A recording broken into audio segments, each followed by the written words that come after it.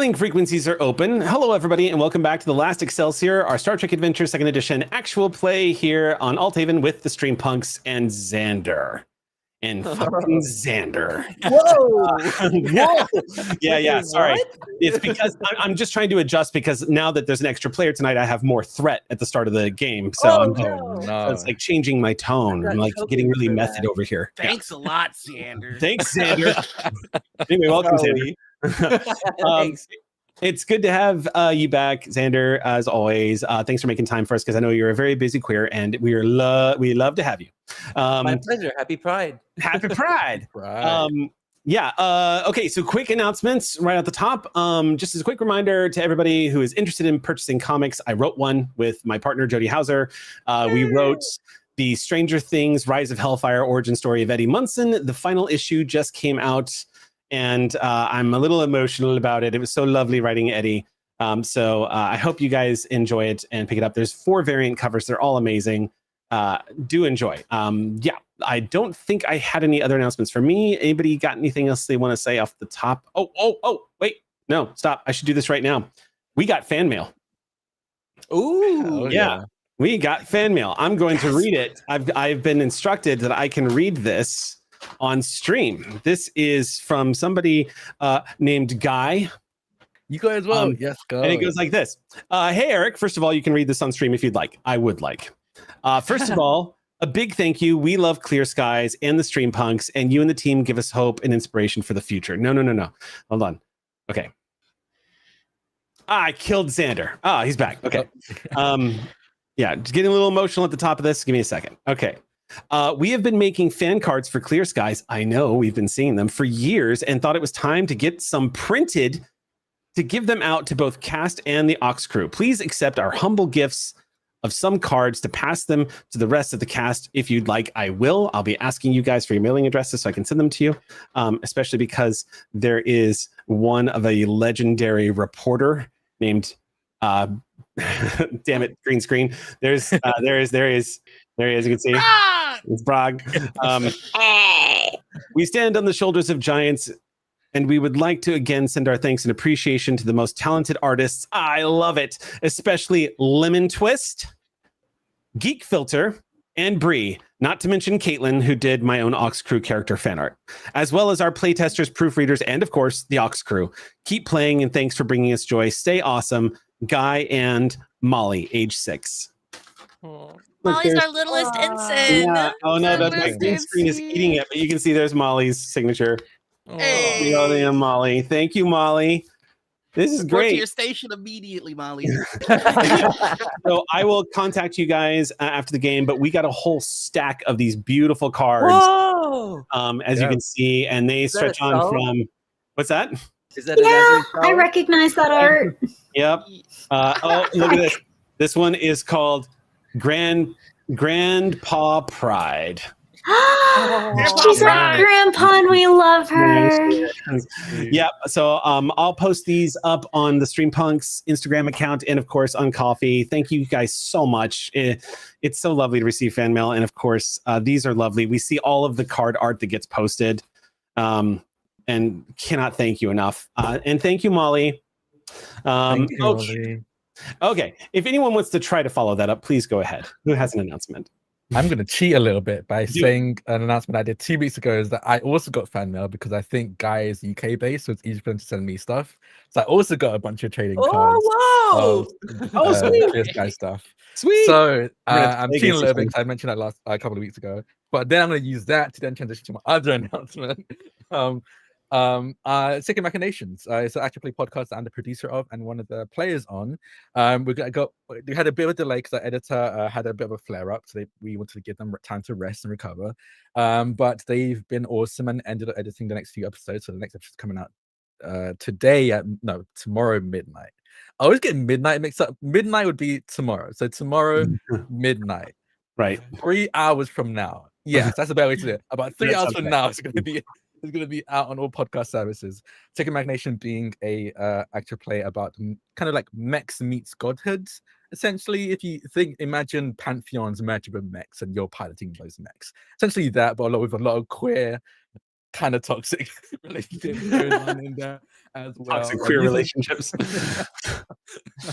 Excellent. Using a system that I'm currently writing, so it actually plays kind of a story, but also as a playtest. So you'll get to see the game kind of evolve as it goes on. I think our editor Dylan probably keeps in every time I go, it's not in the rules, but now it is, I guess. That's cool. Nice. So you probably hear a lot of that. But yeah, Sacred Machinations every Tuesday. Okay, thank you, Drac. Anybody else have anything else they'd like to announce? Yes, Caitlin. On Sunday nights, I play GeoGuessr on Twitch, twitch.tv/KAMABR, and all of my VODs go to YouTube afterwards. So you can look me up, Bruder Caitlin. I believe if you search Keebs GeoGuessr, it will also show up. But I just put up a new VOD today. It was from yesterday. I now have access to NMPZ, which, if you don't know, GeoGuessr means that I can play the mode where you can only look at a still image and try to guess where you are. It was truly an epic highs and lows of a stream where I went from being like, am I bad at this game, to being like, I will win everything from here on out, like in back-to-back rounds. So like, it was a really fun VOD. You should go watch it. It's on my YouTube. And there will be more in the future every Sunday night. All right. Thank you, Caitlin. Anybody else have anything they'd like? Yeah, Noir. Me. Tomorrow we have the premiere of our pull list episode, Demon on Campus. I had a player who wanted to play a hero that didn't know their powers. So he gave them an average civilian sheet, and they learned what their powers were by playing. Chaos. It took them about 4 episodes to find out all of their powers and where they came from. So if you'd like to see the start of that, that's happening tomorrow right here on Althaven. The other news is that I've got my reading glasses because I'm going to have to do some very uncomfortable reading, but I'll let Sam explain why that's occurring. And finally, I just want to thank all of you for checking out our Morning Ritual 5th anniversary episode. You inspired us to work on creating a new safety tool, a state of the table evaluation. We are working on that, and I'll continue having streams about the development of that tool and how to best utilize it using maybe Google Classrooms. Be on the lookout for it as we continue its development. Sweet. Okay. Anybody else have anything else? You can get extra credit on Google Classrooms. Nerd. What's up? I did want to sneak in, just while I'm here, I want to advertise our Vampire the Masquerade show that we have, because it's an independent production that we're doing all on our own. It's called Private Nightmares, and the coterie are all Thin Bloods. And so episodes come out every other Friday on the Project Ghostlight Twitch channel, and there will be a new one this Friday. It'll be at 7 p.m. Pacific time. Oh my God. When I did the Darkness Emergent, and I was telling Jason Carl about when we were talking about me possibly playing Campbell. I was like, I kind of also want to run my original character that I've always wanted to play and haven't gotten a chance. And he's like, what is it? And I was like, Clanless. And he was like, That sounds just like Jason. It's like he's here. All right. Unless anybody else has anything else to announce. Sounds like we're good. Catif, aka Catif over here. Yep. All right. I think go ahead. Start. No, I did.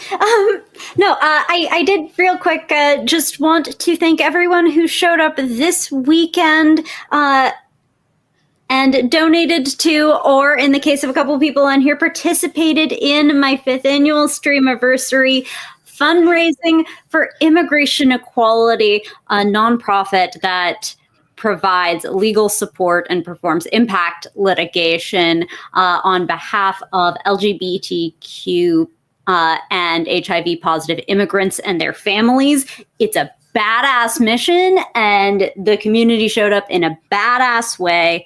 Y'all raised a total of $7,594.69, which is obviously very nice. I'll never forgive y'all for this. I'll never forgive y'all. And that is because at this level of donation, not only does Noir have to read the worst Raylo fic, he has to do it with feeling. have the voice actor Raylo picked. Oh my. You can go check out the VOD on Noir's channel from their stream today, where they first encountered Raylo on AO3. It is an experience not to deny yourself, let me tell ya. So I learned much. what the Omegaverse is. Wait, you didn't know before? Just now? And just to be Okay. clear, this is the Star Wars Rey and Kylo Ren fans. Okay, I'm so excited. It's so cursed. And it is all possible because while doing great evil, this community simultaneously did tremendous good. Thank you so much for donating to immigration equality. Y'all are incredible. Many of you are here. Don't think I didn't notice. So I appreciate it. Awesome. aggressively. Thank y'all. And as we start off our episode tonight, I just want to do one last thing because this is our final episode of the month. Just wishing everyone here in my group a very happy 1 year of the Last Excelsior. It's hard to believe we've been playing this campaign for a year already, but July was our 1 year mark. So a year ago, we launched this game in our next adventure into Star Trek Adventures. And thank you so much, Ox Crew, for supporting the StreamPunks and being with us along the way.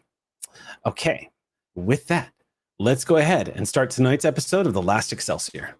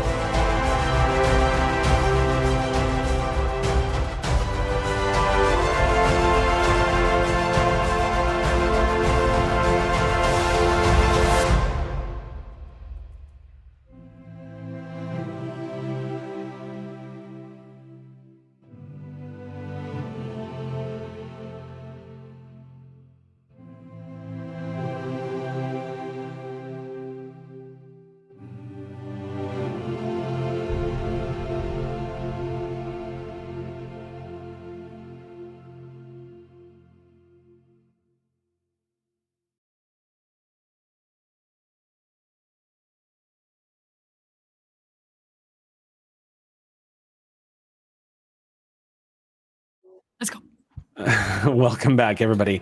All right, so let's kick things off. The USS Pride is currently underway to Bajor, where they will rendezvous with Chief Teclinatus of the USS Ross. It is believed that Chief Tech may be able to help the Pride understand the nature of the anti-chronoton variants that has saturated the USS Pride. Further, the USS Pride has just learned that they are being pursued by a mysterious ship known as the Keticus, a Tholian dreadnought that's not been seen in years. A ship that initially hounded the USS Ross and then mysteriously just vanished.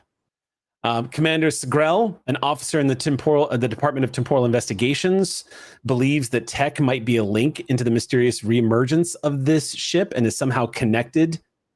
The ship that is somehow connected to the elusive Romulan vessel that you were all been kind of, it's a bit of an overstatement to say investigating. You just keep crossing paths. It seems to be that the more you uncover about what is going on, the more it points to this mysterious sighted Romulan vessel. To your knowledge, none of y'all have encountered it yet, but it seems to be pulling the strings, whatever it is. Starfleet has directed the Pride to not allow non-personnel boarding to board the USS Pride except for the captain's expressed permission, and they have to have full understanding that they might be possibly contaminated by the VAX.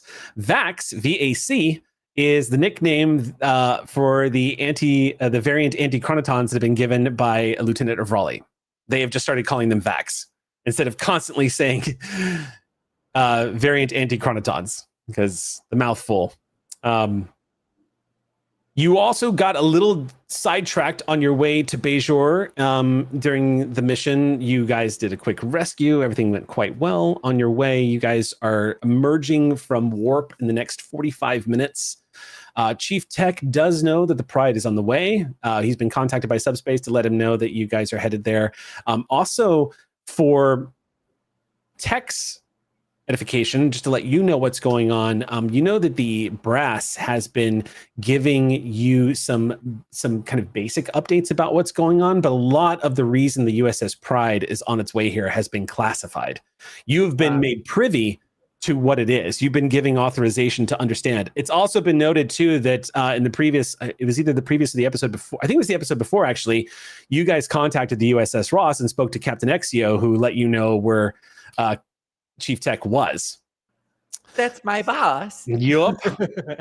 So y'all are about 45 minutes away from Bejor now that you are back in the Alpha Quadrant. And this has become something more than just a quick quest to pick up an expert to get some answers. This is also something of a first-time homecoming. Returning to the ancestral homeland that your captain has never visited before. He's only heard about in stories from your father from back in the time. You are currently seated center chair.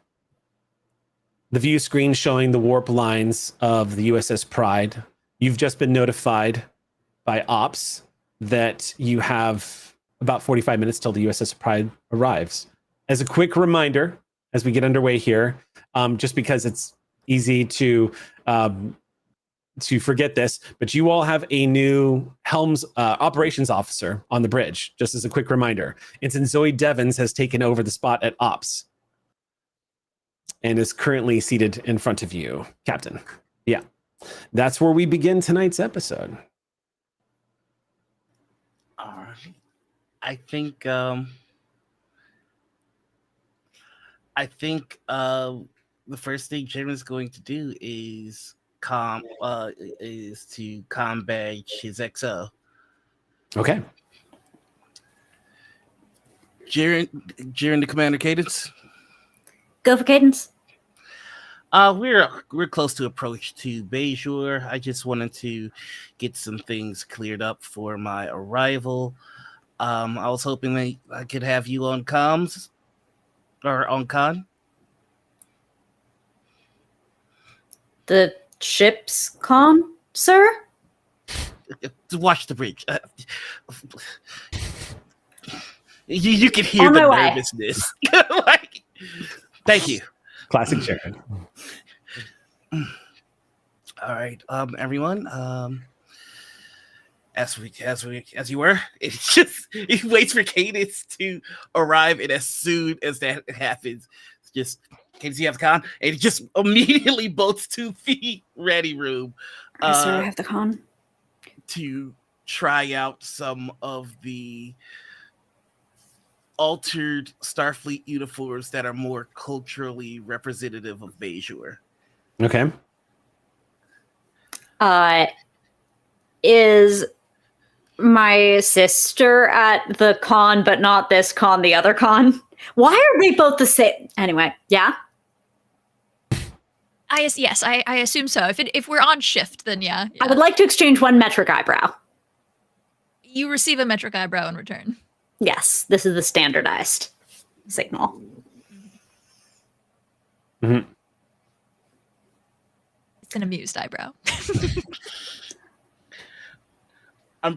I'm pretty sure inside the ready room, you just see Jared continuously replicating different variants of this uniform. No, they'll think that's ridiculous. That's trying too hard. No, this how much should I represent Bajor? How much should I represent Starfleet? Maybe I just put the badge on and I wear just Bajoran clothes, and that'll be a. There's a chime at the door.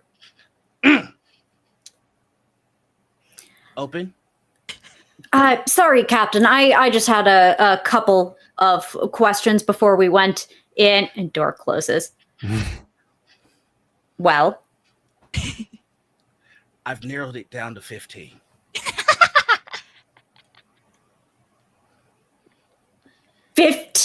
we can work with, and they take up a very comfortable posture that does not represent appropriate sitting in a chair.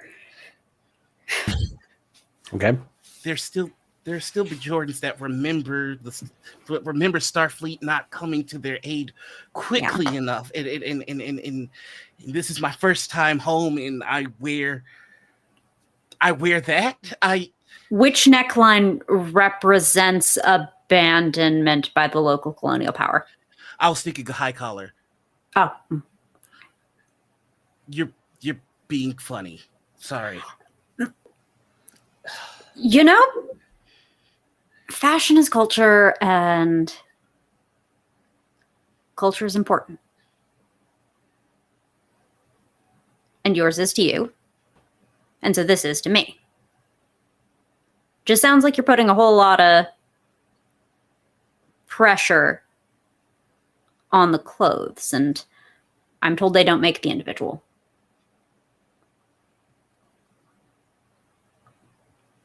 My father was one of those Bajorans that went to Starfleet for help. And when they didn't listen, he searched for other options. I remember that, and I joined Starfleet to fix that mistake, but will they see that? Will they understand that?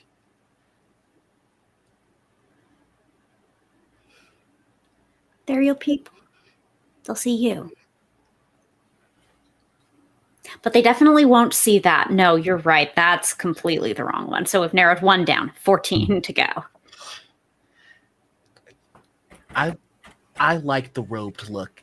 In fact, it's just a slight alteration to the already pre-established standardized scant with just a little bit more elaboration.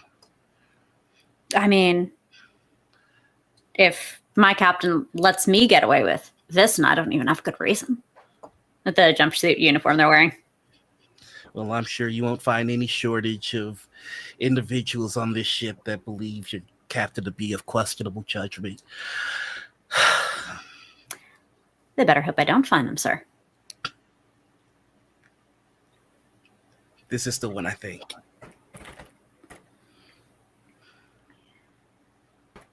I want to cut away on that before we see what it is. All right. Would anybody else like a scene before our arrival? Is anybody else up to anything before we leave warp? Okay. So, as the 45 minutes pass, it's quiet on the bridge until, of course, you hear your ensign, Zoe, call out, "Captain, now entering the Bajor system." All right, I'll be right there. All right. You got this, Nope. Hydro. The ship comes out of warp. You guys proceed at full impulse into the Bajor system. Long-range sensors do pick up Deep Space Nine. There is also the clear presence of the wormhole, which is showing up on your celestial maps as well. But approaching on the view screen is the beautiful gem that is Bajor. So many people have written about this place. It's a place of great tragedy, but it's also been described as a place of incredible passion, culture, and history. More often than not, a lot of scholars referring back to some mythologies back on Earth have described it as Eden for its beauty. And as you leave warp, you can see something that you may not have seen 20 years ago.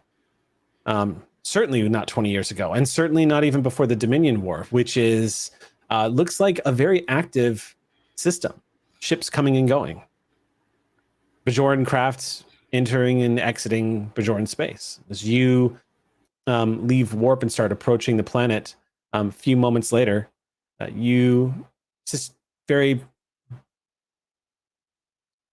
clear that this arrival of a Federation starship is not really, no one's really taking any note. No one seems to be reacting to it at all as you leave warp and enter into high orbit above the planet. But you see this beautiful planet down below. I think there's a moment when Deep Space Nine comes into the scanner range where it's a little thing, but Jaren puts his hand on the console that shows it, and there's just a moment of deep reverence. The home of the emissary. In truth, Jaren, this is as close as you've ever been to the Celestial Temple. It's on sensors.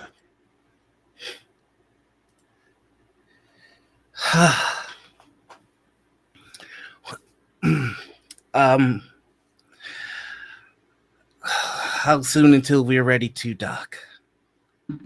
Depending on whether or not you'd like to take the scenic route, Captain, I can extend our docking by another minute or two if you want to see the entire planet. Just to clarify, there's no space station in orbit.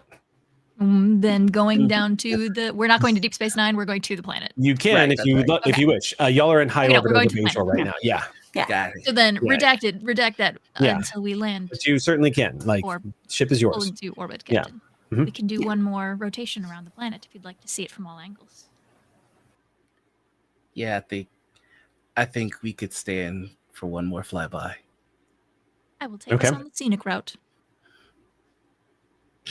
It's so like the lower decks where they just like literally it's like pylons.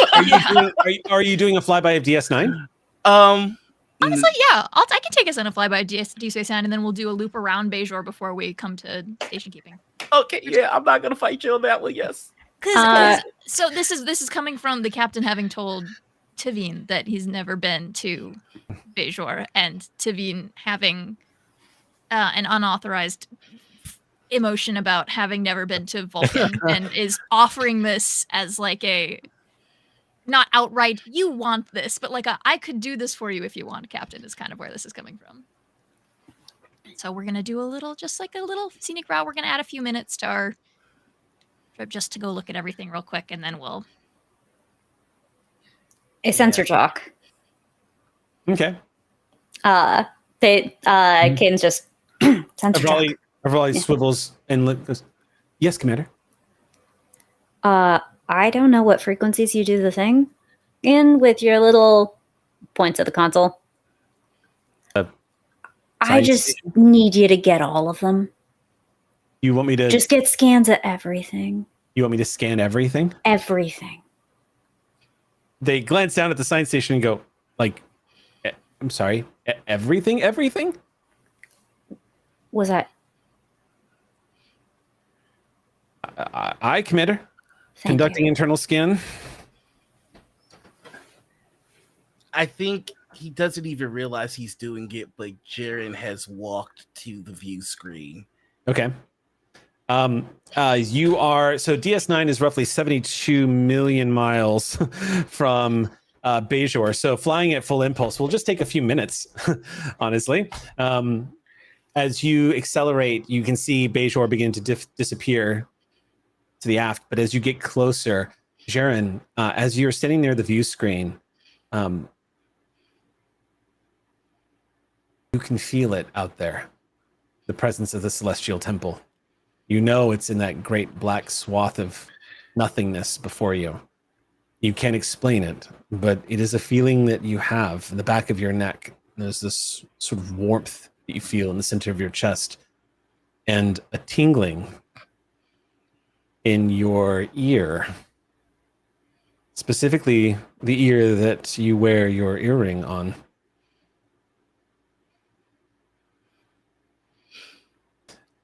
You do see coming into view at low magnification the speck of DS9 catching the light from the star.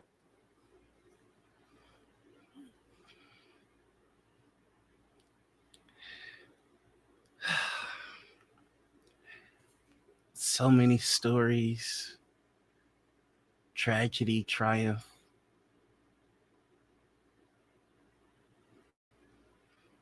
The emissary walked there, commanded there, fought there.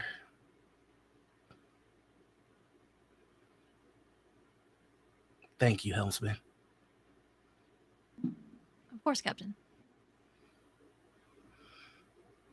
I'm going to spend a point of threat because I can already tell this is going to be an episode where I don't get to spend a lot of it. But as y'all are approaching DS9, all of a sudden,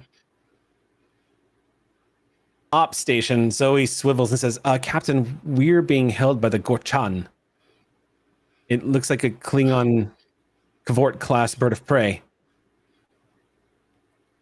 On screen. Popping up on screen, you see a very angry Klingon.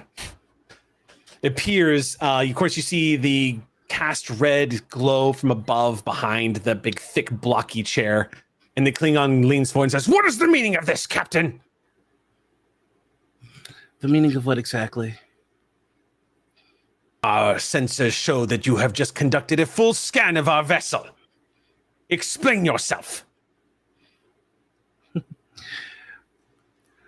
I can't help myself. I admire a fine ship, and I must say yours is one of the finest that I've ever seen. Ooh. Apologies if any insult was rendered. None was meant. Roll- If you like... sorry, go ahead. If you like, ours is a bit of a classic. We'd be more than happy to share our data with you if you'd like to take a look. Roll me presence command. Okey-dokey. And the difficulty of that will be 2. That was quick. Is there like a Bejor buff happening with our captain? Literally, the captain is like so at peace. It's just getting like there's like little +1s happening constantly over his shoulder. Bajorans, when they're within sight of Bejor, automatically get bless cast on them and add a D4 to all of their. Okay, so that's going to be 1 success and a 19. Okay. You know what? I'll go ahead and burn a determination. Okay. Which determination are you calling on? I am so calling on let's see. It's we are in the hands of the prophet. I think in this moment he is just so attached that it's just I'm not gonna be bothered by this close to the celestial temple. Okay. I would fight you on holy ground. In which case, you.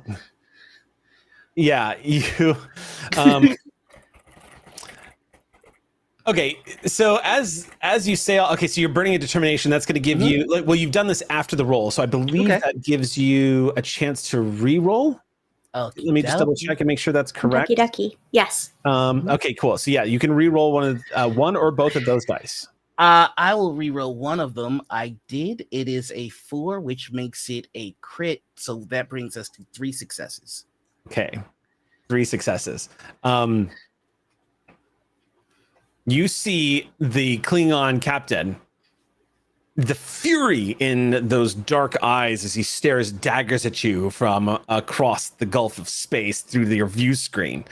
He softens visibly and regards you for a moment and says, I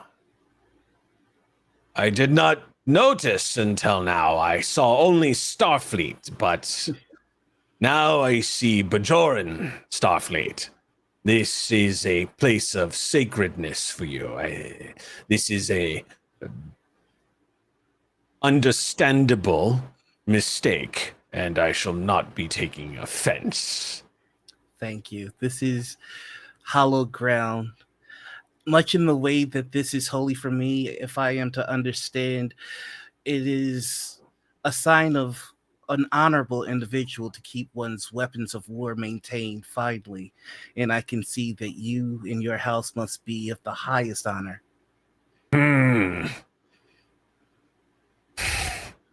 If you were anyone else, I would say you talk like a diplomat. But I can see the Ka has you.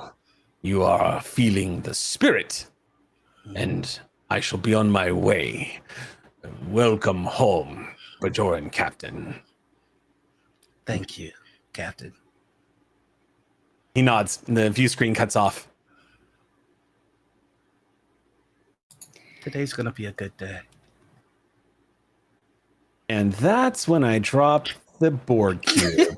I know. I was like, why did you? Let's go.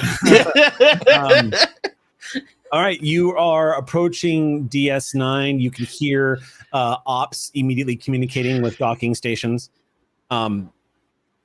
Zoe does glance back and says, Captain, DS9 docking control is wondering if we're going to be requesting a place in the docking ring. Commander Cadence, how do you feel about dropping me off at Bajor from DS9? Absolutely, sir. Tell them we're coming in. Hi, Captain. Turns around, and you hear on the comms, particularly our helmsman hears coming through the comms, you were designated to docking pylon 2. Outside the vessel and inside DS9, anybody who is looking out at the dock is seeing something extraordinary. Something that actually hasn't been seen since the Dominion War, when every ship was being called to the front lines. They are seeing a refit USS Excelsior class vessel pulling into dock. Literally a classic. The Last Excelsior in service right now. Ship pushing 80 plus years old as she comes into the docking rings. And you immediately slow using thrusters and dock into the pylon. A few moments later, you get all the green lights indicating that the USS Pride is now connected, and you have arrived at Deep Space Nine. It is an order of the highest priority that no one on this ship step foot on DS9. We will be making our way to Bajor from our hangar bay. I cannot allow our ship to contaminate this place. Clarification: is it not the other way around? That We don't want new people to come onto the Pride? Correct. If people enter the Pride without, they have to have captain's permission, and and this is a precautionary measure. No one knows exactly what the effects are or anything. Also, so there's a lot of unknowns. Yeah. In that case, redact that. I just wanted to be sure, because that can still be the order. I just wanted to make sure that I was. No, the order is no one on Deep Space Nine is allowed on our vessel. Okay. Well, I don't want to keep our engineer friend Red waiting, so let's round up an away team. Taeyeon, Captain. Tavi. Okay. All right. Exo, lead the way. Aye, sir. Right. So fill-in crew begins to take their seats. You guys exit the bridge, head down to the main hangar bay, literally at the very back of the ship. You get the full walkthrough. As you are making your way down through the turbolift, this is, of course, the longest possible ride you can take on the USS Pride, from the bridge to the main hangar bay. When you reach the main hangar bay, you see the place is already completely abuzz with activity. The moment you guys step into this cavernous area, you can see, this is deck 21, by the way. You can see as you step into the hangar that the Griffin wing has all been lined up for takeoff. So they're kind of in a V formation near the front, but you see a couple of the shuttlecrafts have been pulled and are currently seated behind them. But you do see that down here is also Peaches, who is moving about inside the hangar bay and is helping flight crew staff maintenance. You actually see Peaches is next to Santos, and the two of them seem to be having a conversation. But as you all step into the hangar bay, everyone stands at attention as both the captain and the XO step onto into the space. You gotten used to that yet, Commander? Oh, this is all for you, sir. Not on your life. Oh, you should see the degenerate behavior when you aren't around. I'm gonna have to talk to my XO about that. Which bird are we taking? Well, since it's all of us, and I'll point at the Honda Civic ass shuttle I'm about to put this away team into. Yeah. Y'all basically are going to have to pretty much take the largest shuttlecraft. Let me check the pride sheet. I do not think. So, as a quick reminder, this is something we had to track a lot with the previous versions of Star Trek Adventures. We had to, as you all remember from both our Shield of Tomorrow and Clear Skies days, we had to track how many shuttlecraft were in the hangar bays because there was a size issue, and you had to keep track of what shuttles you guys all had. And also I kept liberating them. This was also my fault. Yes, particularly your captain. Good old dump shuttles. This, for those of you who are familiarizing yourself with second edition, they beautifully simplified things to keep it more narrative focused, and instead they replaced that with small craft readiness, which just means the size of your ship and the size of your hangar bay determines how many small craft you can have active at any one time. So in this particular case, it's no problem at all to say that there's a shuttlecraft easily capable that you have that can take you all down planet side. In this case, it's probably a large Type 7 shuttlecraft or a Type 9 shuttlecraft. It's not inconceivable that you don't have a runabout staged somewhere. Just keeping in mind that runabout are very large. They're like a scale 2. I think they're scale 2. That is the largest I enjoy flying. It's true. But in this case, we'll say, you board a Type 7 shuttle and start heading down to the planet's surface. You start heading out of DS9's flight path and headed towards Bajor. So stepping on board the shuttle, back door closes up, everyone kind of situates themselves, and a few moments later you leave the big blue glow of the force field and head out into space, flying just over the hull of the USS Pride. You're getting a hell of a view of DS9, that's for sure. And if Bajor was busy, DS9 is very busy. Always will be, always has been. And on occasion, you see the glorious explosive entry and exit of the Celestial Temple, also known as the Wormhole for those who are not of the Bajor religion, opening and closing as trade vessels are coming and going. I think the first time he sees the Celestial Temple open, he doesn't say anything. There is just a tear, and then he gets up to go to the back to change. Okay. And I think, look, there's a limited capacity for skill expression driving a space Honda Civic. Space bus, yeah. Hey, But no, bus is the big bird. There's Honda was my first shoot. This comes from anyway. Honda CRV, baby, was my first. Look, Cadence is a Mustang kind of person. That's just who they are. I'm just surprised you're not dropping Subaru jokes here. Don't worry, I have one of those in real life. I was going to say. Well, Subaru was no joke. No, right. Okay. But nonetheless, since we're sort of flying by, Cadence can fly this pretty much backwards just to give a good view on the view screen. Why not? What's the point of having the greatest pilot in Starfleet if they can't give their captain a good view? I think Jared is going to step out of the back. He is wearing a formal Starfleet uniform with a sash. The uniform is more like a robe with a high gold collar. And the sash is in command red with his pip on the robe side of it. And he just looks and goes, I should probably tell you to fly within regulations, but we can let this one go. For that, Noir, I'm going to give you a trait. I'm going to give you a trait for so long as you have that snazzy uniform on. I'm just going to say you can phrase it however you want, but essentially it's a trait that is going to affect social engagement on Bajor because you are dressed to the nines here, wearing your essentially your formal attire, your dress attire as a captain of Starfleet, but also acknowledging your Bajoran heritage. Ooh, I'll think of a snazzy name for it in just a second. Yeah, no problem. I would say just keep it in mind because it could ease difficulties from interacting with people, especially folks who are fans of Starfleet. So hell yeah.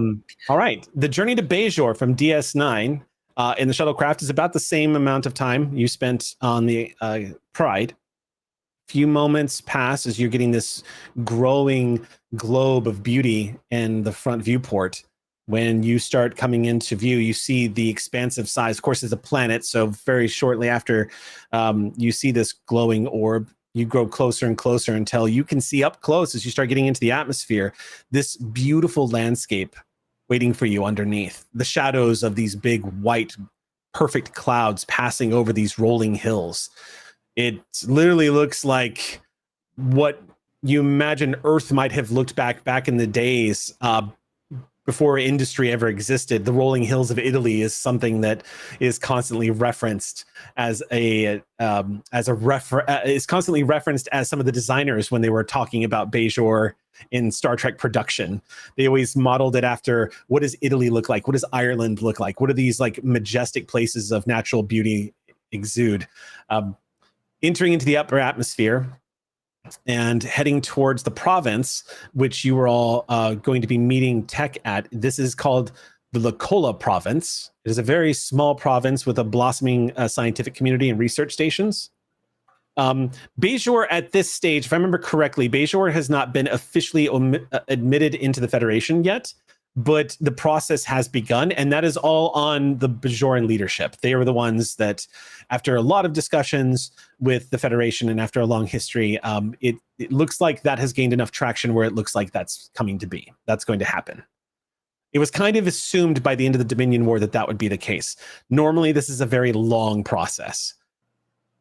It was shortened during the Dominion War, and it has resumed its typical process. And, of course, Bajor likes to take its time with this stuff, considering they have a history of being independent and wanting to stay that way. But as you guys are coming into the Lacola province, you can see that it is indeed this beautiful flatland of green swaying high grasses and thick large trees that reach up towards the sky, that is lined with these opulent walkways, these big spacious walkways where you see vehicles and people moving about on essentially bikes. This place just looks like a scientific community research station that's been built amongst this beautiful greenery. The environmental controls out here have set it to a perfect 73 degrees.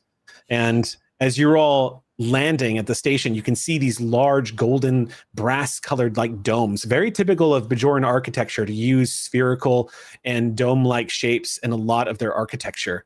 Almost everything, even the most casual, like non-religious buildings, still have like a spiritual architectural flavor to them, as that is informed by everything. It pervades all of Bajoran culture, and you can see it everywhere. Also, great large pools, almost the size of lakes, cut into these diamond-like shapes, dotting the landscape. So there's these swaths of glittering water that you see amongst all of these greenery and paths and trails. But you can clearly see the great banners from governments across the Alpha and Beta quadrant, indicating that you've arrived at the convention and where the engineers have all come together here at this conference. You see the Klingon flag, you see the Federation flag, all of them. Romulan flag, they're all here. As you set down onto the space reserved for shuttlecraft, settling in, you can see immediately a couple of droids. It looks like these hoverbots are moving over and start doing a quick scan of the vessel. And you see indications light up all over the comms and the indicator screens in front of you, Cadence, that you have been granted permission to enter the conference, that you have, your presence has been expected. You see all sort of like the confirmation that you have arrived.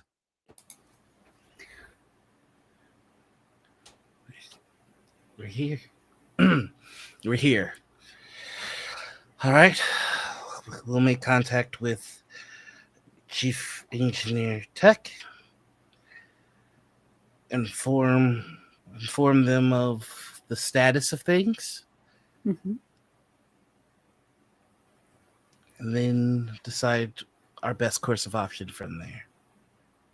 I just opened the shuttle door. It opens up, and the bright sunlight pours into the shuttlecraft. You immediately hear the sounds of nature outside and the sounds of people moving about. Conversation, laughter, the sounds of bells somewhere in the distance.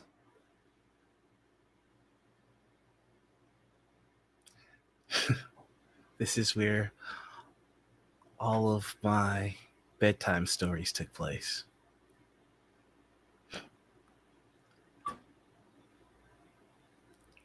And he just walks out. Okay. You step out onto the pad.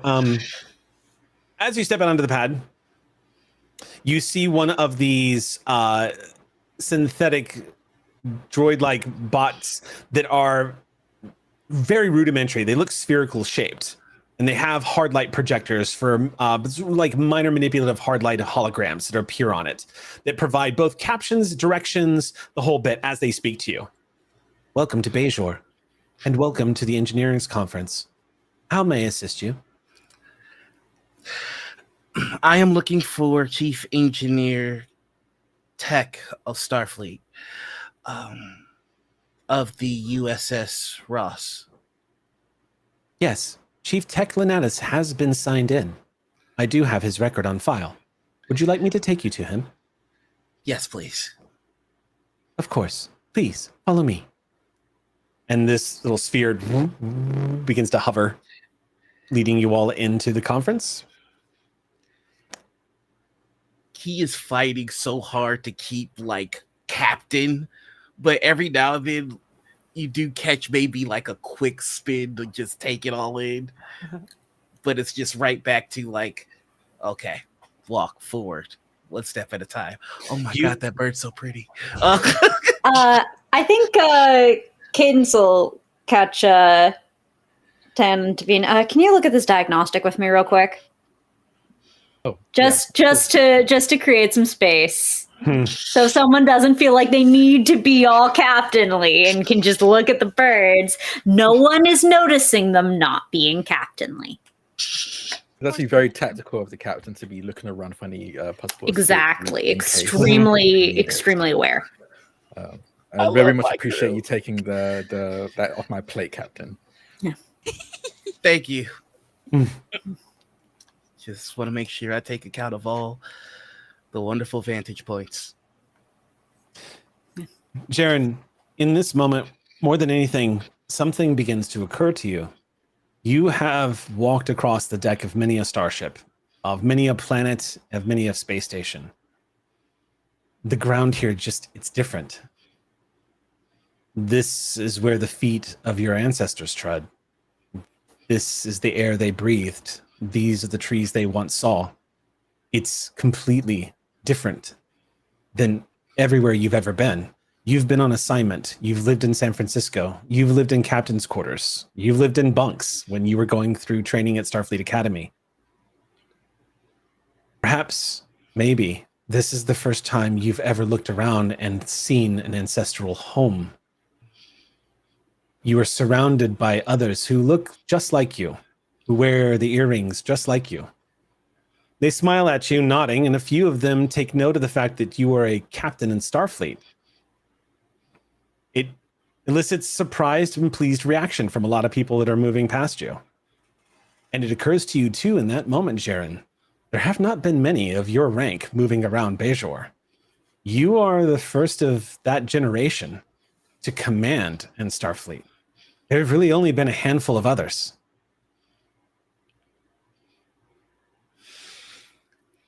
I think he is going to let himself kneel down and just pick up a blade of grass. And I think there is a moment where he just thinks to himself, I feel the prophets in every piece of grass. And then there's just the acknowledgement that in Starfleet, being one of the first of the generation that joined up, every now and then there were strange looks, and he was not in the occupation. He has never stepped foot on Bejor, and the whole reason he was fretting was, have I done enough? And I think he doesn't have the answer, but for the first time, it's okay that he doesn't. He just holds on to that piece of glass, rubs the orb on his earring, and just back on mission. Okay.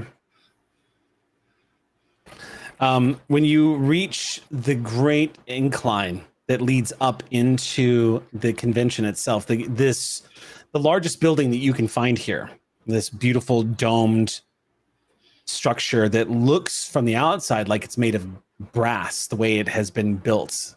No heat is emanating from it. So any of the heat that the light is shining down across this beautiful building, as you all approach, it just feels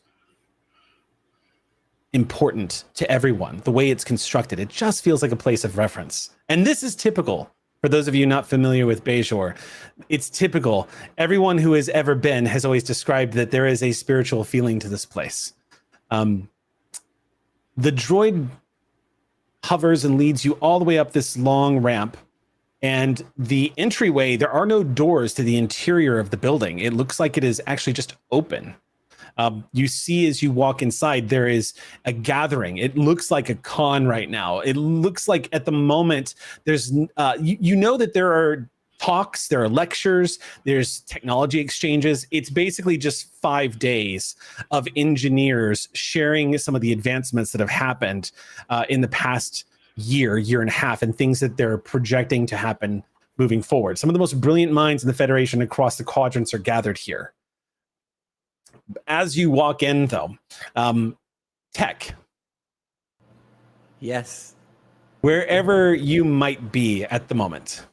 Yeah, you can see as you're coming through, there are, like was mentioned, there are panels and workshops that are getting out, and there does seem to be a small group of people that are coming out of one of these workshops.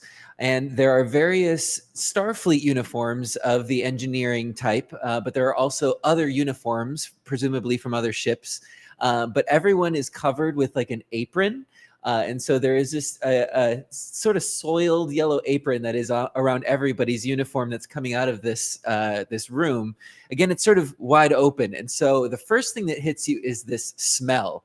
There's just a strong sense of like spices and vegetables and maybe some sort of grain, like a rice or something like that, that just hits you. And you can see Teclinatus, who is a Bolian. He is rather large in stature and a bit portly, but it's all through the love of food. And you can see that he has deep blue skin and bald with like the ridge on his head.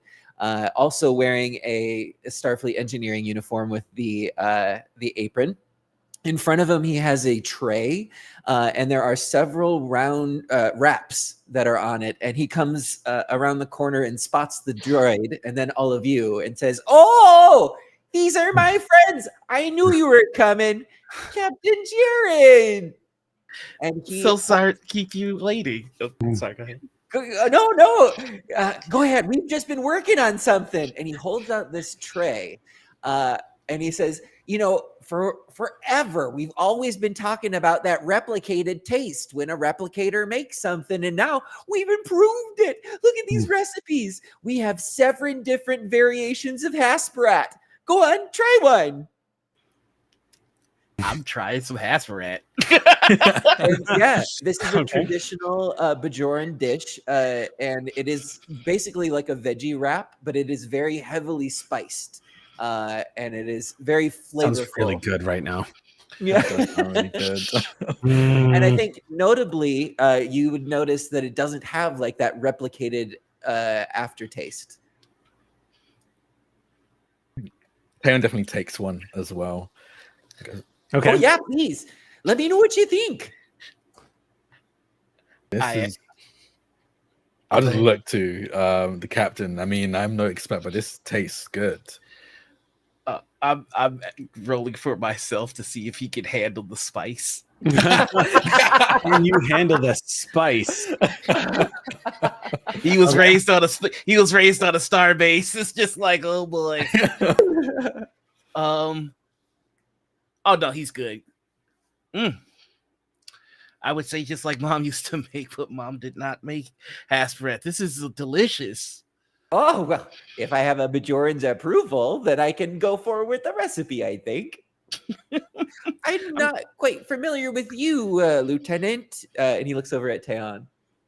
Yes, sorry, I wasn't on the ship when I heard you had come on. I'm Lieutenant Commander Taeyeon, and I'll put a hand out. He holds I guess the tray as if like trying to shake your hand and hold it as well.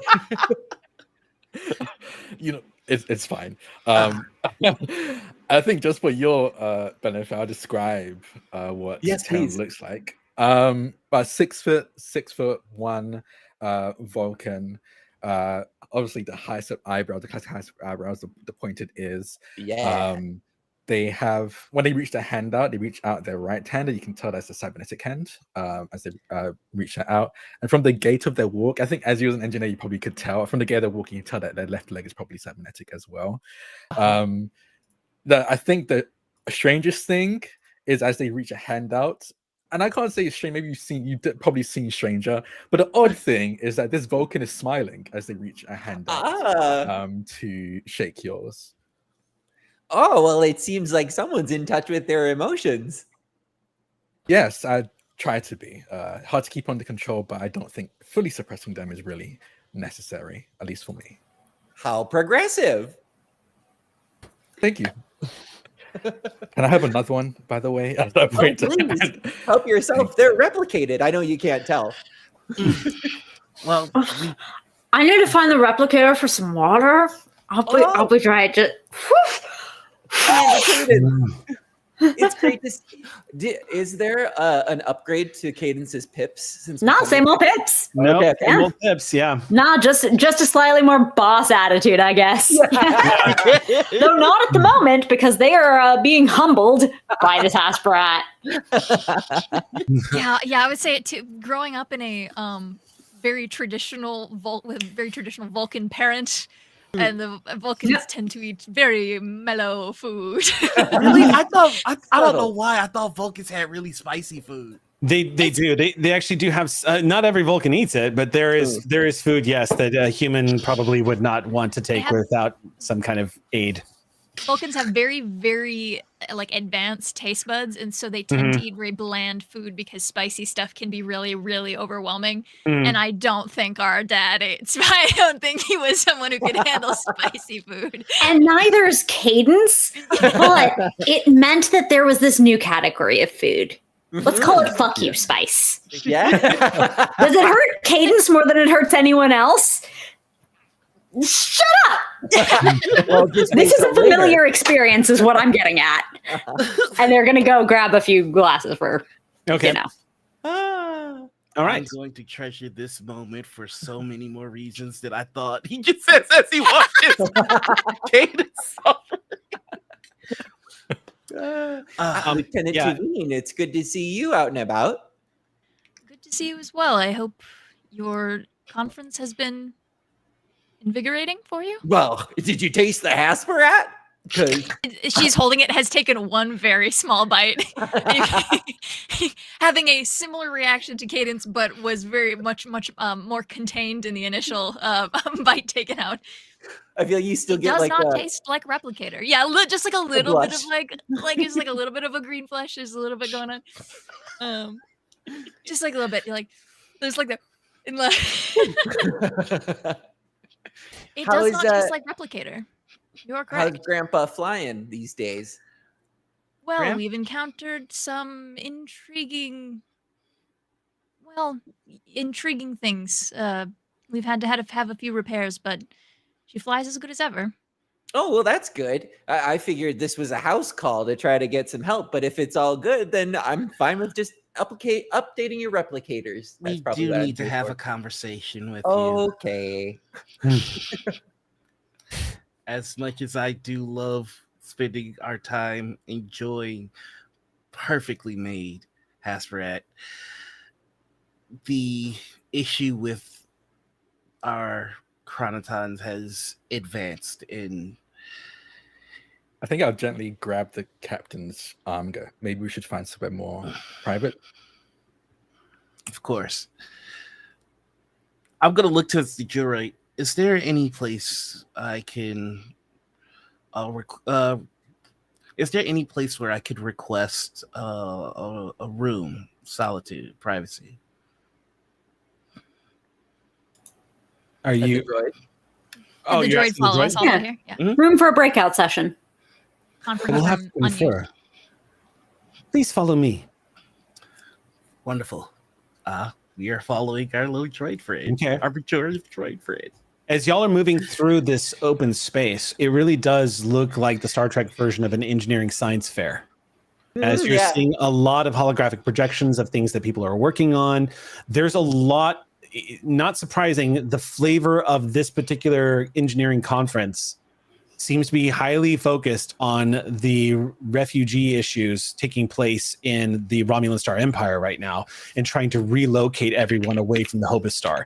Not surprising, because this is something that everyone is dealing with right now, trying to help the Romulan Empire clear that blast zone. You see a lot of projections and models. There's a lot of some of the most brilliant minds coming together to figure out how to help everybody. Moving through here, it is kind of hopeful to see all of these what's particularly heartwarming is as you're moving through this crowd, you're seeing some old enemies contributing engineering schematics and ideas to helping. There's an unmistakable excitement around one of the areas where Klingon engineers have set up ways of trying to enhance the speed of transports and being able to bolster them using two ships at the same time. And they've kind of showed how they're using the engineering to do this. Yes. He's back. As you approach what it looks like the main hospitality area, you see one of the engineers is also kind of doubling as a coordinator for the event. There is a Kelpian you see standing about 7.5 feet tall, lanky, wearing a very form-fitting dark brown uniform that indicates he's civilian. You see he is currently just using those long fingers as he's just typing away on some of the LCARs in front of him. And as you all approach, you see the brilliant, bright blue eyes kind of widen a little bit as Tech approaches. Chief Tech. Sorry, I didn't mean to startle you. I know that you startle quite easily, so I try to make a bit of noise as we come up. Don't want the ganglia coming out. Chief Tech likes to tease me. I am Professor Lural. What can I do for you? Well, it seems that my friends here from the USS Pride have been having some issues with these chronoton-like particles that were discovered in their systems. Particularly, we were looking for an area maybe to discuss this in private, but I can't think of a better expert than to try to lend your expertise. Captain, are you okay with sharing the information? What? This individual is Starfleet, correct? He is civilian. Civilian. He is a civilian. Do I have carte blanche to share this information with a civilian? There's a lot of latitude given to any Starfleet captain to do as they please. But as the code is written, no, it is classified. So pretty much anybody in your senior staff and of commander rank or higher if you don't know them. Otherwise, this person... Actually, it would be probably, unless you designated it necessary, only a captain rank or higher would be privy to this conversation if you felt they had the need to know. Giving the civilian this information would be captain's discretion. Getting this situation resolved is of the highest priority, and there are a number of lives in the balance. We have experienced a anti-chronoton phenomenon that has endangered our vessel and the souls of those that have boarded our vessel, and he says that with like a look of apology to Tech. Wait a second. I've boarded your vessel. I understand. And that is one of the reasons that I wanted to come here and speak with you directly. I'm sorry. I don't mean to be rude and interrupt you, Captain. But are you saying that you have been contaminated by something?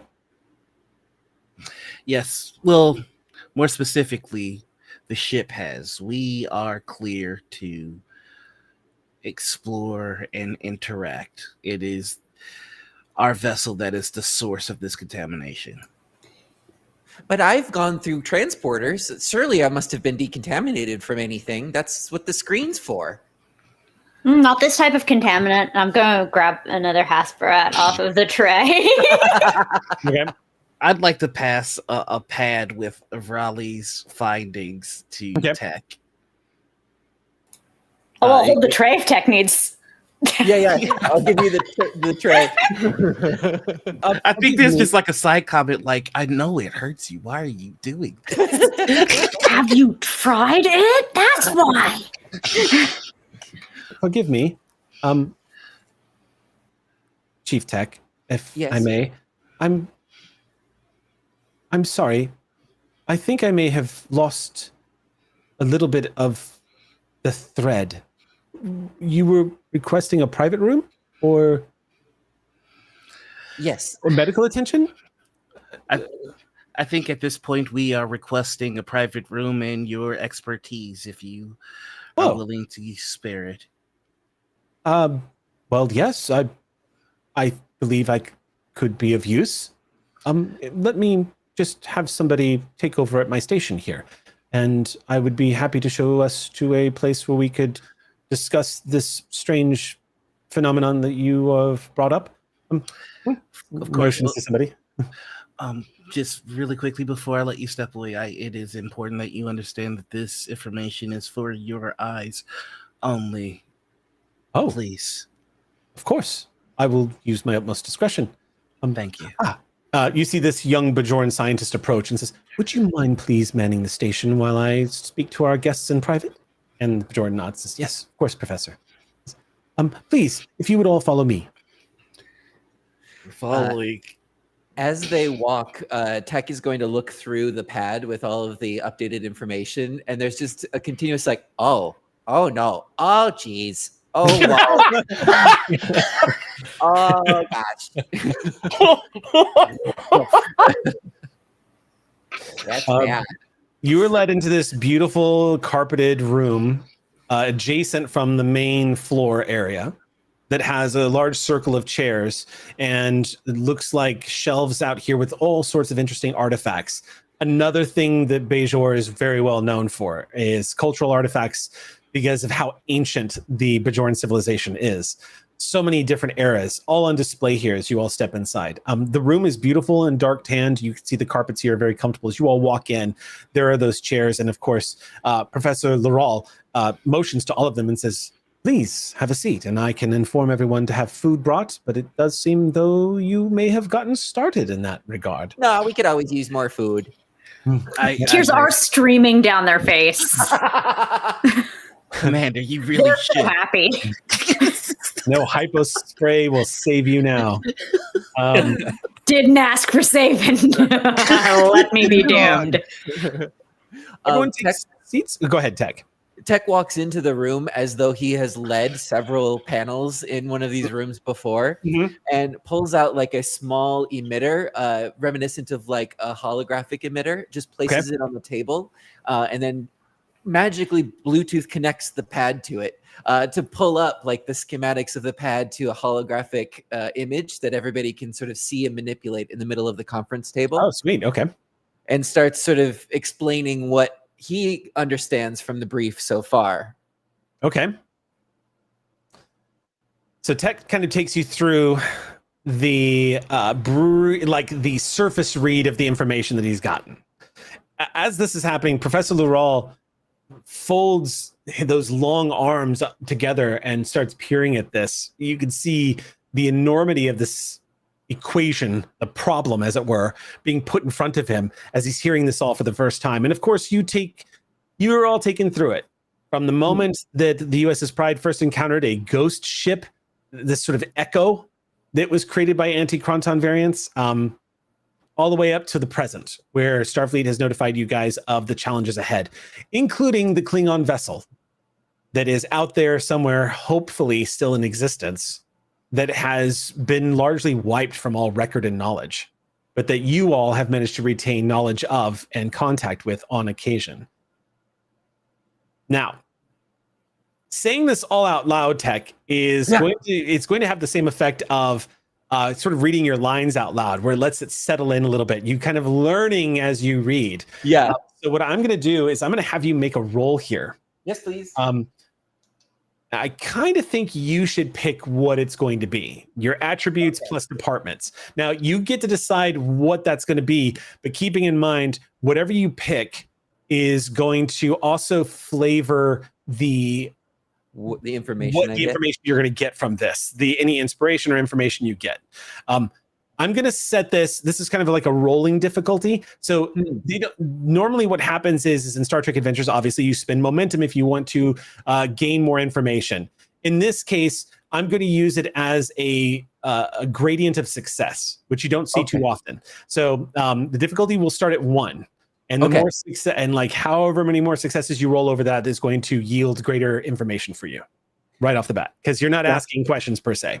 So so I want to use like my impulse would be to use insight engineering because you're trying to like figure this out. But I think for Tech, a better role for this might be reason engineering, because he's trying to like look at the facts at this point and not necessarily like the reason or motivation behind them. Yeah, that's true. Because a lot of this is so theoretical. Right. So it makes sense. I'm going to do reason engineering. Okay. And then if I add, it's been a while since I've played it, but if I add either a talent, because I have cautious engineering, would that apply for this to give me an extra die? Or even though I'm not doing an engineering task? If you absolutely. It's an engineering task because you're using your engineering skill. Yes. You can use cautious engineering here to do a momentum spend and get that boost if you would choose. Just to know, what are we at momentum wise from the start? So technically you're at 0. Oh, okay. Because you changed scenes twice. Oh, but each time you change a scene, your momentum goes down by 1. Close knit. But then we're in the new scene. But you're in a new scene, so you lose the momentum. So you start. But then we're in the scene again. Yeah. Yeah, but then you're in the metrics again. Yeah. So how does that work? Is that gonna reward you another momentum that you would have in this scene right off the bat? Is it by scene? Let me get that exact reason. When a scene begins, because you might have fewer. When a scene begins, if there are fewer points of momentum in the group, then when a scene begins. Oh, excellent. Then yes, you have momentum. Okay. Absolutely. Yeah. So 2 moments. Helpful. You can do this. So if I hit one of my numbers, what are your focuses? Do you see your focuses on your sheet? Yeah. Warp field dynamics, transporters and replicators, subspace theory, piloting, everyone can be helpful, and dual warp cores. Probably your warp core. Not the dual warp cores, but the what was it? Warp core theory? Warp field dynamics. Warp field dynamics would probably be the one that would trigger here. So you can actually use your command. So as a quick refresher, if you roll your command skill or lower on the D20s, it counts as a critical success. Okay. So 5 successes. Oh, God. Okay. What an engineer. Any captain would be so lucky to have an engineer like that. Gotta tell you. We have to remember that if this was a D&D game, this would be a party of level 10 characters consulting an 18th level NPC. I got good stats. This is literally a end game like PC. So it's not a stretch to say that Tech is one of the best minds in Starfleet right now. So Tech, here's the information you get, and it's a lot. Okay. As you're going through this, you're starting to connect dots between some of the things that are apparent in a lot of the data that they have got. Vrali has done an excellent job at jumping at taking risks and being quite good with their theories, their hypotheticals, and most importantly, it looks like Vrali has gotten a basic grasp that you concur with. It seems like these old school power systems are triggering and exciting these VACs, as they're being called, the variant anti-chronoton particles. Where you're seeing the connection with the cloaking device and the experiment that they ran on the piece of metal that then cloaked, it's clear to you that a cloaking device is playing a role. The classified information, which you didn't have before, which you do have now, is that the Department of Temporal Investigations is now involved, and that the origin of these VACs seems to be this Romulan vessel that they are certain is from the future. They've also encountered an AI that calls itself Prism and was a partner to an agent from the future. Department of Temporal Investigations believes it was a temporal agent from the future acting on behalf of the Federation. You're putting all of these dots. There's so many things on the corkboard, but there's a through line here. And what starts becoming apparent to you with 5 successes, everything that the Pride has been putting together, here is what you were able to, with confidence, conclude. This cloaking device,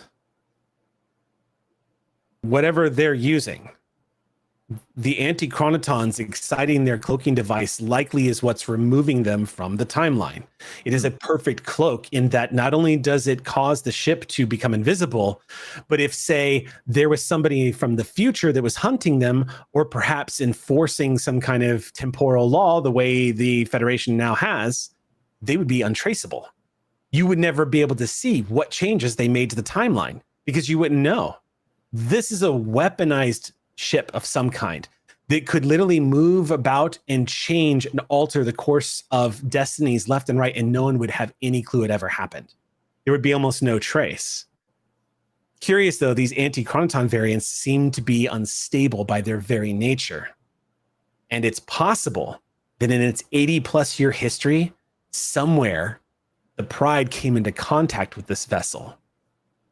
Something happened where the Pride came into contact. In your estimation, Tech, it would be impossible to find out when that is. The ship by its very nature makes it impossible, but it does seem to have happened.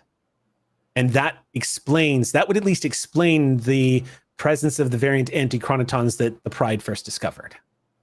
The last thing is that you have to imagine is that this ship has an agenda of some kind.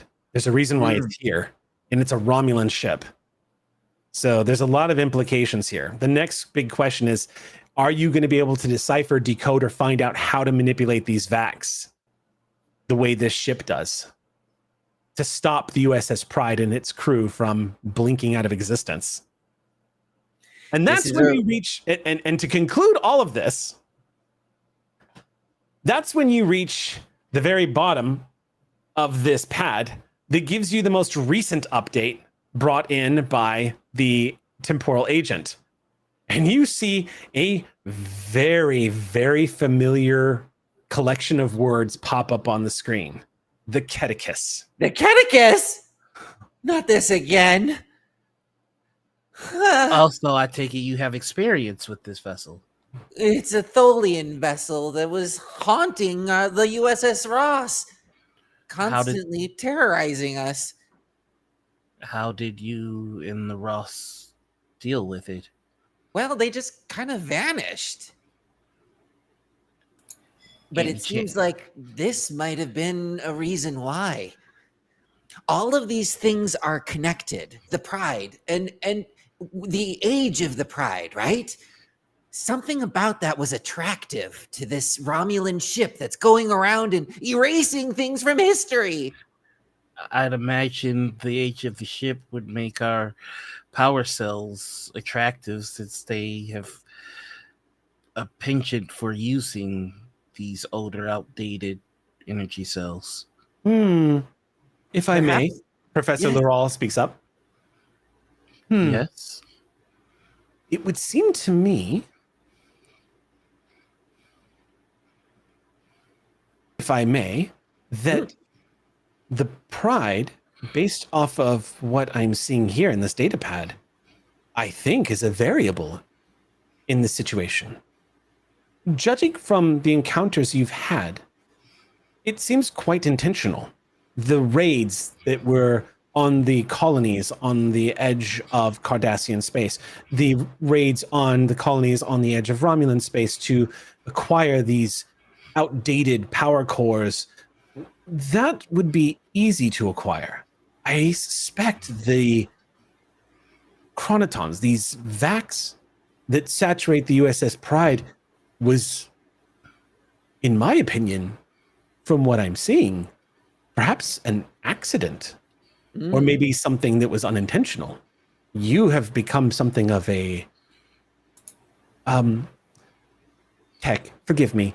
You made a reference earlier about something in champagne, that drink that they have on Earth. Yes, well, if it's from the Champagne region of France, otherwise it's just sparkling wine. You had said something about it being ruined by an insect. Aphids? Perhaps my point is, I believe they're not knowing. he's out of character. He's struggling to say "fly in the ointment," but he is getting a lot of his words references completely mixed up. He's the point is that I suspect that the best way to find this Romulan vessel would be to try to anticipate where its next target of these old power generators, or perhaps maybe setting a trap for it. We could use the Pride, potentially, since it's already a target. True. In fact, you could say that the Pride is perhaps one of the most powerful of the older power systems in existence right now. I think that might be a dangerous move. We don't know the intentions of this Romulan vessel. This is all so interesting. I'm not used to speaking in so much hypotheticals here, but this is indeed fascinating. Well, Professor Laurel, I think what we could use your expertise on is being able to detect these things. I mean, especially with our tricorders, to be able to see it not only on us, but when we encounter these vacs out in the wild too. And ideally to somehow inoculate against them so that we can be properly vaccinated against them.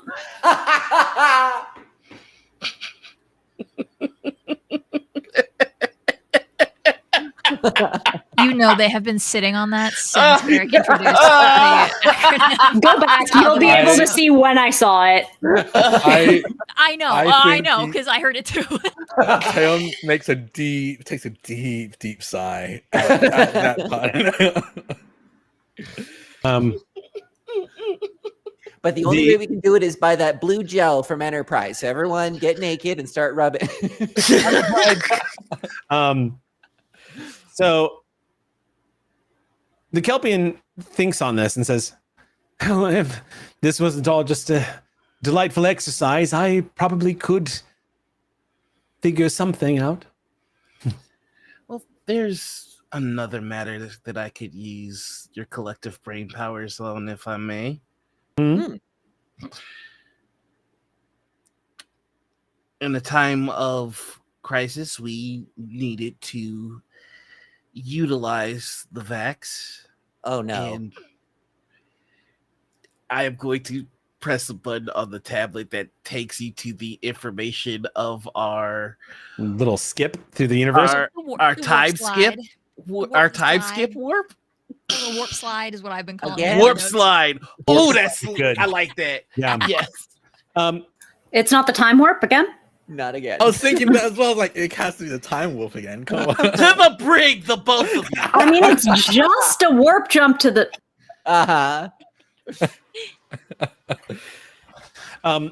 You see the professor takes a look at this part and says, And it starts, you see the expression begin to change as he tilts his head. And you see him slowly lean back suddenly, like something has just occurred to him. And his eyes widen slightly, and he glances around the room to see what everyone else is looking at and what they're focused on. He glances to you, Captain, then back to you, Tech. And you can see it start to slowly dawn on him. I'm sorry. Is this a theory? Is this all real? Just a theory. Just a little theory. Just an exercise. Oh, you almost had me. I thought this was something that was actually happening. No. Thank you for your help, Professor Laurel. And Tech will push him out. Okay. You gently shove this large Kelpian out the door, and he says, I could still have food if you wish to have brought. And I think we're full for now. All right. The Poor door guy. closes. As the door shuts behind Tech, he turns around slowly and was like, "You could have erased yourselves from history." Yeah, we. What is going on? Don't do that. We were fairly confident in our calculations. Huh. 98%. It could have exacerbated the problem. I mean, when I was on the ship, there were only a few of the chronotons that are there. By using them in this way, it could have infected the entire ship. Oh yeah, I think there's more now. Oh Yes, we boy. believe that Oh, is there's what happened. definitely Yes. It's More. expanded. You see the Tech at a loss for words. Listen, the conference is over. I don't have any more things scheduled. I think we might need to take this back to the ship. If anything, Laurel is right, and these Romulans might be after you just by being able to track your equipment and perhaps these vacs. Then maybe I'll get you to the ship right away, Chief Tech. I know there are a few more security concerns on planet. Come with me.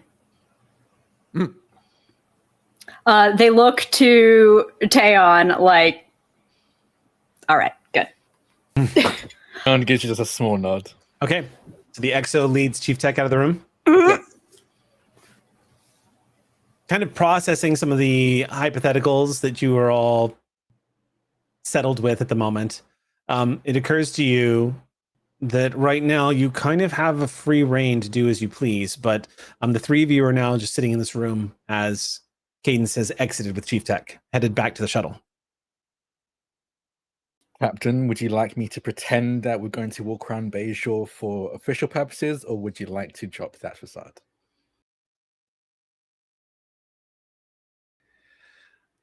you're ordered to keep the facade going for just a while longer while we go to the temple. Hi, Captain. Captain, I can return to the ship as well, if you would like space to explore. Yes, please make sure that my EXO doesn't cause any trouble on my homeland. Sir, you know I have no say in the matter. And she'll stand up. And we'll catch up. Okay. So Cadence and Tech are headed back to the Pride. Is that correct? Mm-hmm. Yes. And- Yep. Yeah, I stranded my captain with malice aforethought. Okay. What were you saying, Caitlin? I'm gonna catch up with Those two? Yeah, because you're fast, because you're Vulcan, whatever. We get it. Okay. So the three of you are headed back to the ship. Is that right? So it's just going to be security officer and captain planet Yep. side for now? Okay. Yep. So being led back to the ship, headed back to the USS Pride with all of this data in front of you and a pretty big engineering science problem to hack, we are going to take our 10-minute break. We will see you all in 10 minutes. Don't go anywhere. Welcome back, everybody. We're going to go ahead and jump right back in with the shuttlecraft landing on the USS Pride. As you disembark off the shuttlecraft, you see Santos approach as he immediately points out a few ensigns to rush over to the shuttlecraft and just start immediately just scanning over it, running maintenance, standard procedure stuff. But he pauses as he sees you, Chief Tech. Santos just smiles and says, "Oh, welcome back." Good to see you. Aha, Jinx. Yeah. Yeah. You see, hovering next to him is this large synthetic. It almost looks like a white encased glossy photon torpedo. It's kind of up on angle with a black, like gloss, like iPad style screen that is just dark, but it pops up with this cool blue words reading off as it speaks to you. As you see, welcome to the USS Pride, Chief Tech Lenatus. Oh yeah, that's my cadet. Cadet Peaches. Peaches? Cadet? Oh, it's a pleasure to meet you. A pleasure to meet you. Tell me, Peaches, what is your function on the ship? Primarily, my function is to assist Commander Cadence on rescue missions and flight operations when flying on Griffin Wing. But I am expanding, and I am learning how to do new things right now. For example, currently I'm learning how to maintenance the other Griffin Wing.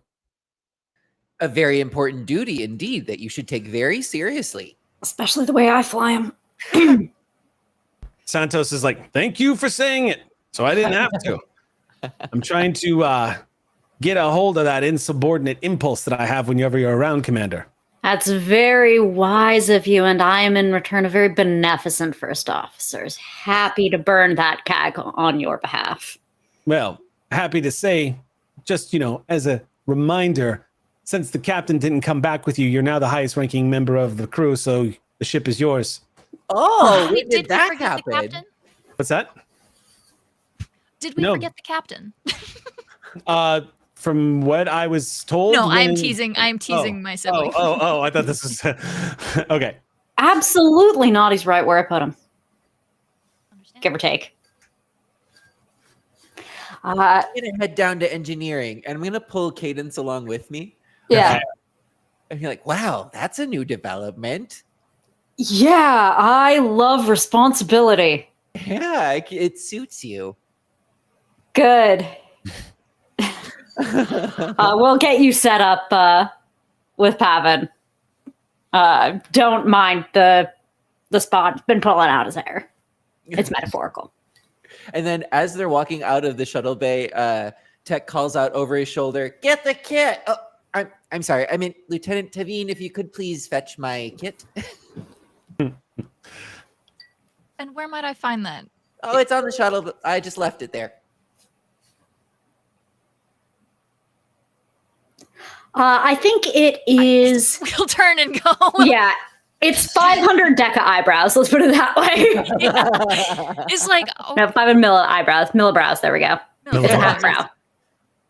I will go get Chief's Tech only because I am so caught off guard by the request. You're like You can Vulcan tell that bus boy. Tech is used to having like an assistant, and Yeah. not having one is just you.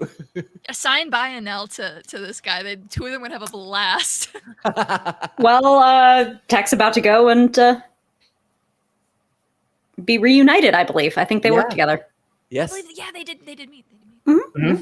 So I will set it as we go into the engineering room of the USS Pride.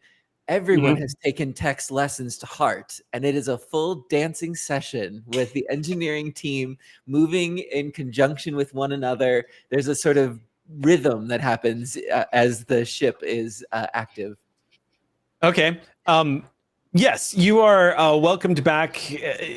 Pavan has a little bit of that shyness and is a little hesitant at first to engage, but does, of course, find the play and starts working with you. There's one person, though, actually, I should say there's two people, though, that don't join in, and it looks like there's a denobulin and a nondescript human that is just off to the side wearing engineering uniforms that are watching all of this. They don't appear to be participating, but the engineering crew and the main maintenance area is at your disposal, and Commander Pavan is ready and willing to assist in anything you would like to do. Good to see you, Chief Pavan. You too. Welcome back. It's good to have you here. I wish it was for something a little more, I don't know, dancey, I guess. Well, I mean, I guess we're making it dancey, but I wish it was more casual and not, world ending. Let's go ahead and take a look at this vac problem. Yeah. And he'll head over to like the main console. Okay. This is basically, after running a bunch of scans, we've determined that pretty much the entirety of the vessel has been saturated in these anti-chromatin variants. They look like they fused the molecules at, well, I mean, look. And he brings up a model and he says, they're pretty much all over the place. Now, they don't seem to have any detrimental effects, except for the fact that they're coming into contact with a lot of the old power systems that the USS Pride has. And that seems to be triggering and exciting them. And that seems to have been accelerated when we used our little... What is Tavine calling it again? Do you remember? The time warp, pretty sure. Yes. Warp slide. Warp slide. Thank you. He nods, like you see him kind of like motion over to Baya and just say, thank you. Warp slide. So once that took place, we've noticed that the variant antichronotons have been, they've woken up. Tech is manipulating the console as well, and he'll bring up a scan of the ship just before the maneuver was done, so that we can pull up a rate to see just how much it was affected and what the increase could potentially be over time. What's miraculous is you see all of the essentially the history that is in the main computer core.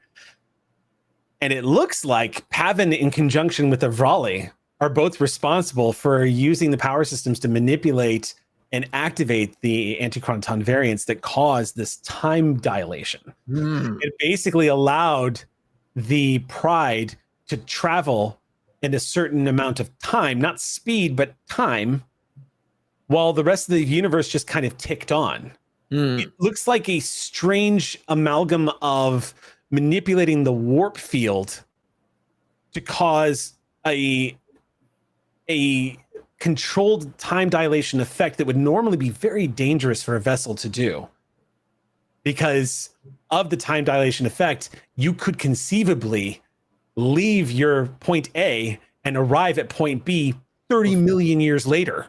Or later, Yeah, because literally causing, like, when you're traveling at warp, you're going faster than the speed of light. So as you are basically, as they say, as Neil deGrasse Tyson reminds us, that because of time dilation and the speed of light particles, that the light particles that are reaching us now are arriving at the exact same time they left the Big Bang. That is all pretty much thrown out the window and to theoretical realms as you see what they did manipulating these variant antichronotons. There was no way that they were ever going to be able to tell what this did. But you were also seeing, Tech, why they did it. Apparently, lives were at stake. And there was a battle to be had. You see references to a Jem'Hadar attack vessel, as well as a Romulan war vessel and the USS Pride. Pavin says there's more to the story. There's a reason why we essentially tried to roll hard 6 on this, but now that we are in it, it looks like we're paying for what we did. Yeah, I don't recommend doing this again. This was a desperate move, and I understand why, but it could be incredibly dangerous to perform this again, as you could erase the entire ship from history itself. Baya says, but good news is it probably brought us a step closer, accidentally, to understanding what we're up against, right? That's a great attitude to have. Yes. Anyway, yes, the incident's right. It has kind of given us a little bit of... it's the effect of kind of throwing something against the canvas and finding the picture. We have managed to uncover more data by doing our almost history erasing maneuver. And scientists are going to have a field day with this data once it becomes public. Yeah. Oh, I'm sorry. I forgot to introduce you. This here is Lieutenant Seroth, and this is Lieutenant Grell. They're from the temporal... what do you call yourselves again? Temporal department... It's fine. Hello, Chief Tech Lenatus. My name is Commander Grell Segrell. It is a pleasure to meet you. I've been following your exploits ever since your first encounter with the Catechus. I thought it might lead back to that. Yes. I find the entire mission profile of the USS Ross and its encounter with subspace and the life forms that live in subspace to be quite fascinating. I'd love to talk to you about it sometime when we're not trying to uncover what's happened here. And maybe not from other listening ears, as a lot of that is quite sensitive. Oh, I didn't realize. Of course. We'll just pretend like we didn't hear that. We've got other classified stuff to worry about. So essentially, the big problem is finding out exactly what we can do about these Vax and exactly how we can track down this stealthy Romulan ship. I think that's the goal. I know the captain would be happy if we were able to track down the Romulan ship. I don't know if that's something we can do, but anyway. Tech slowly turns from the two of them to like the rest of the crew in engineering and is like, Ugh, the Department of Temporal Investigations involved. You are in big trouble. This is a big one. Uh-oh. It's true. We didn't expect that. We almost got pulled out of the fleet, but thankfully, Segrel here was nice enough to vouch for the USS Pride. Do I have that right? Segrel's just nods. This is basically correct. Yes, I was able to convince Starfleet that it would be in the interests of solving this mystery of ours if the USS Pride was continuing to conduct its operations. Just a point of clarification. Does this mean that the Catechus is after the USS Pride at this moment? Yes. Okay. At least perhaps. that's my theory. If I may, and he withdraws a datapad that looks like a variation of the standard Starfleet datapad and hands it to you. You see, it has a tracked flight path. You actually see the entire first tour of duty of the USS Ross across the quadrants, as well as the flight paths of the Catechus. It even has a particular classified planet where you first had a face-to-face with the captain of the Catechus. What's this doing here? What? Delete. I hope you're not actually deleting. Not deleting. Good. Yes. Anyway, as you can see, we were tracking the flight of the Catechus. It looks like the Catechus off and on was tracking the USS Ross. In particular, there were moments where the Catechus was attempting to intercept the Ross, but then mysteriously vanished. Now it would appear it is tracking the USS Pride. It has not been seen since its encounters with the Ross. The Federation Council is currently debating on whether or not to reach out to the Tholian Assembly, but do you think they're from this time? The Tholian ship, that is. May I have the room with everyone, please? Pavin looks at him for a moment and says, all right. Everyone, if you can clear out, please. You see a few of the engineers stop what they're doing and put in standby mode and begin to clear out. As Baya stops, should I stay? And he's, no, go. Okay. I'll go check the plasma conduits in the Jeffries tube. Just everybody starts to move out. And Jeffries tube. Once everyone's gone, Segrel turns and you see, reaches down on his wrist and activates, and you see a warping of light in front of you as a hologram begins to bleed away. And standing in front of you is now a Cation with dark brown fur and a very bright green, curious eyes. And he says, much, much better.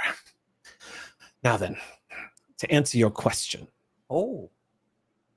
Yes, we believe the Catechus is currently tracking the USS Pride, and we do think that there is a temporal element involved here. Starfleet hasn't disseminated a lot of this information to its captains because we don't have confirmation on this just yet, but we have been studying for the past decade the Tholians' relationships with two things that the Federation had not tracked before. Sorry. Yes, two. Why do you say it like this? It's a tick that I have. Well, two things that the Federation has noticed about the Tholians. One is they seem to have a draw towards all things temporal. Anytime there is a temporal anomaly, anytime there is a shift, we have noticed that the Tholians either observe it, scan it, or are on site when it happens. The second is connected to the crystalline entity. Some reason the Tholians are connected to this creature and have been associated with it. We don't fully understand why. To remind everybody here, the Tholian Assembly to this day remains one of the most isolationists and hostile and unpredictable of the governments that we have encountered since our time and space has begun. This is persistent to this day. We don't fully understand why and what their motivations are. But the Catechus, if there is any truth to the fact that they are tracking temporal anomalies, it would lend to the hypothesis that this is why you have caught the attention, and motions to Pavin, why you have all caught the attention. There's also a theory that I have, but there's not enough evidence. I'll share it with you now. I think the Tholians might also be aware of this Romulan vessel. So, if I could recommend something, since you're obviously coming to us to work on this problem, something that I learned pretty early on in the Ross is that keeping secrets between departments does not help the mission whatsoever. So I suggest for this particular issue, we open it up to the entire ship and lift the classification. We need all of our minds to work together, and nothing brings the crew together more than a shared secret. If things go terribly wrong, we'll be eliminated from history anyway, and no one will remember. So I think the best policy moving forward is to declassify everything and get everybody back on board and to work on this together. We'll see about getting some authorization for that from the captain, Chief. I'm sorry, Commander, I have to interject here. That authorization has to come from the temporal department. The reason why the classification is in place is for the protection of the crew and the possible changes to the timeline, as well as manipulation of history. But, if I may, everyone here has been saturated with these variant antichronotons. I think the damage is done. I just need to go by the book. But I think you're correct. I think that would probably be best for efficiency. You ever see someone use a pad to like text under the table like a high school student? Well, so Cadence's face was paying attention with the, oh no, we can't do that. So anyway, they're texting the captain. They'll add us, so Grell says maybe not, but I think it'll warm up. Like, I'll give him that much. I'll acknowledge that obstruction exists, for the captain. Sure. So Grell says, in the meantime, Saroth, would you see to that? Would you mind contacting the department? He says, yeah, of course. And he heads out of the room and says, well, you can bring your engineers back now. Forgive me for sending them all away. I just needed a moment. I think better when I'm not looking at someone else's hand. One other aspect that we maybe could use your help, or at least a guiding light towards, is being able to detect the Vax, especially in people. We are detecting them, of course, on the ship, but it seems like it has affected the people that are on the ship as well. And that, I am afraid, might include you. And you. Exactly. And so if we had a way to be able to detect these, then I think it would make everything a lot easier. I think that's why you're here. Ah!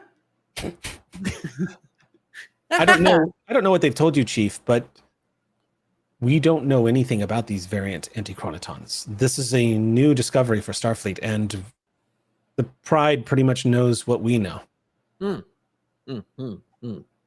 Well, I will be in my workshop trying to work on that then. Let them know I'll be taking over holodeck 1. Done. Because we knew we were meeting Chief Tech. We knew it for weeks. I'm the XO now, and it's perfectly public information how tech works, not to mention he was here before. Yeah. Cadence booked the room. The program's already there. Commander Pavin says, Deck 8, already ready for you. You're good to Deck go. 8, I'll take it.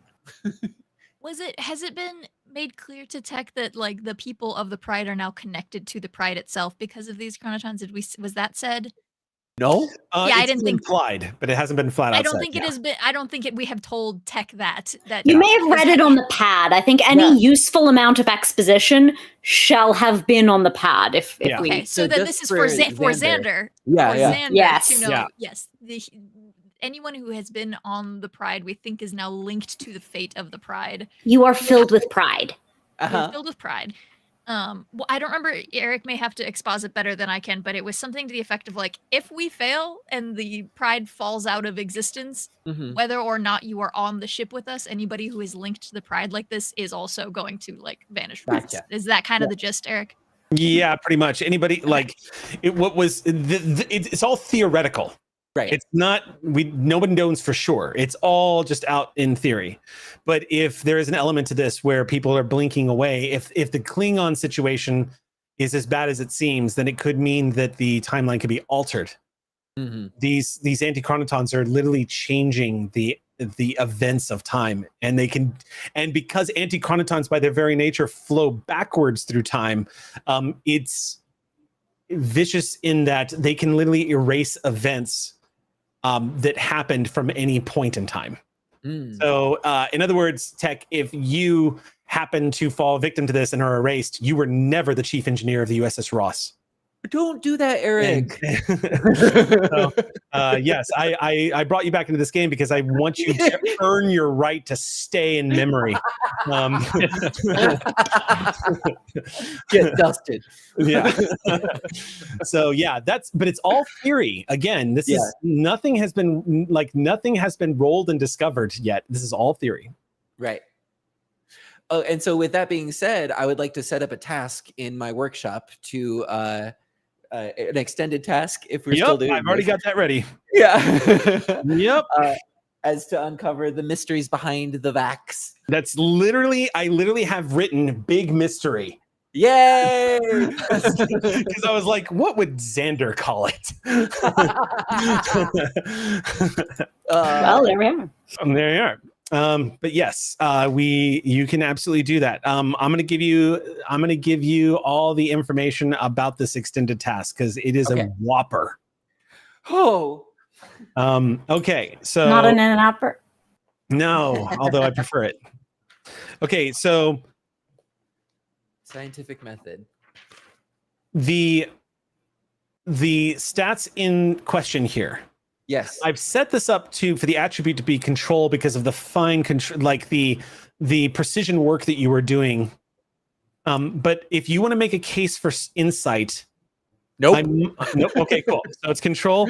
It's control science, and I'm allowing control engineering as well. Good, because my science score is not the greatest. I know. I remember. Yeah.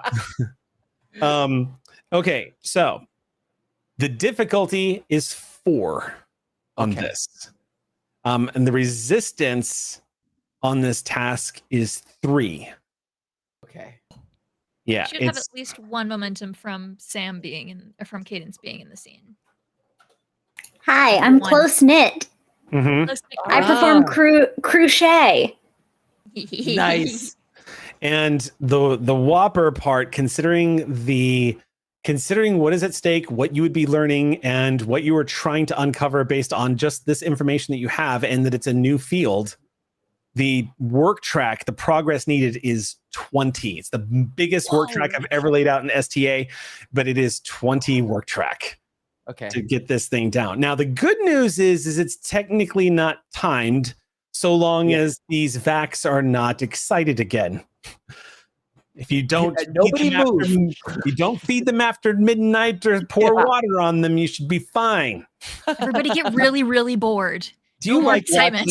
The best part about dropping a culture is you can watch Sam Delev full on have a data glitch moment where no, it's Gremlins. What, you thought I didn't know? I know. I've never seen it, but I know I've heard because I hear it. All right. Could we spend some Ox points to activate some Ox crew to help Tech? Now let the rhythm take you over. Yes, let me go ahead and tell real quick. Let me just. This is a good opportunity also just to fill in anybody watching what this does. So we changed up the Ox points and how they work for the game. Right now, the way Ox points works is that because we are not playing support characters anymore, the way it works is if you spend Ox points, you can activate a support character even though no one is playing them, and they will gain the benefits of anybody who would have been playing them, which means support characters or NPCs can now do things like spin determination. And they can also act on their own without having to wait for orders. So they can be piloted a little bit by the GM as though they were real, like full-on NPCs. Oh, and they can shrug off. They don't die immediately if they get shot, which is the other perk. But yes, essentially, Ox Points allows the auxiliary crew to activate the auxiliary crew. Would So if you Pavan wish to spend be them, the person for that? so you could, yes, you could activate Pavan as an auxiliary crew member. He was not originally a support crew character. He was originally an NPC because this group decided that no one was going to be the chief engineer. So Yes. We did that. Instead, we got 2 pilots. And so you got 2 pilots. Couldn't do it better than tech. Why mess with success? Yeah.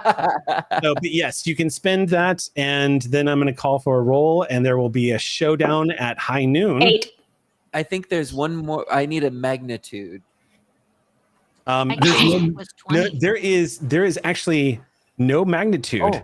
Oh no, in- that's In Star Trek Adventures Second Edition. They do have breakthroughs though when you hit a certain moment in the track. Okay. So we'll go through this because this might only be the second time ever we have used an extended task in the game so far, even though they've simplified it. So all right, so you rolled an 8. That's correct. 2, 3, 4, 5, 6, 7, 8. This is from S Shock 22. Thank you so much for that Aux crew point. And that is going to activate Pavan.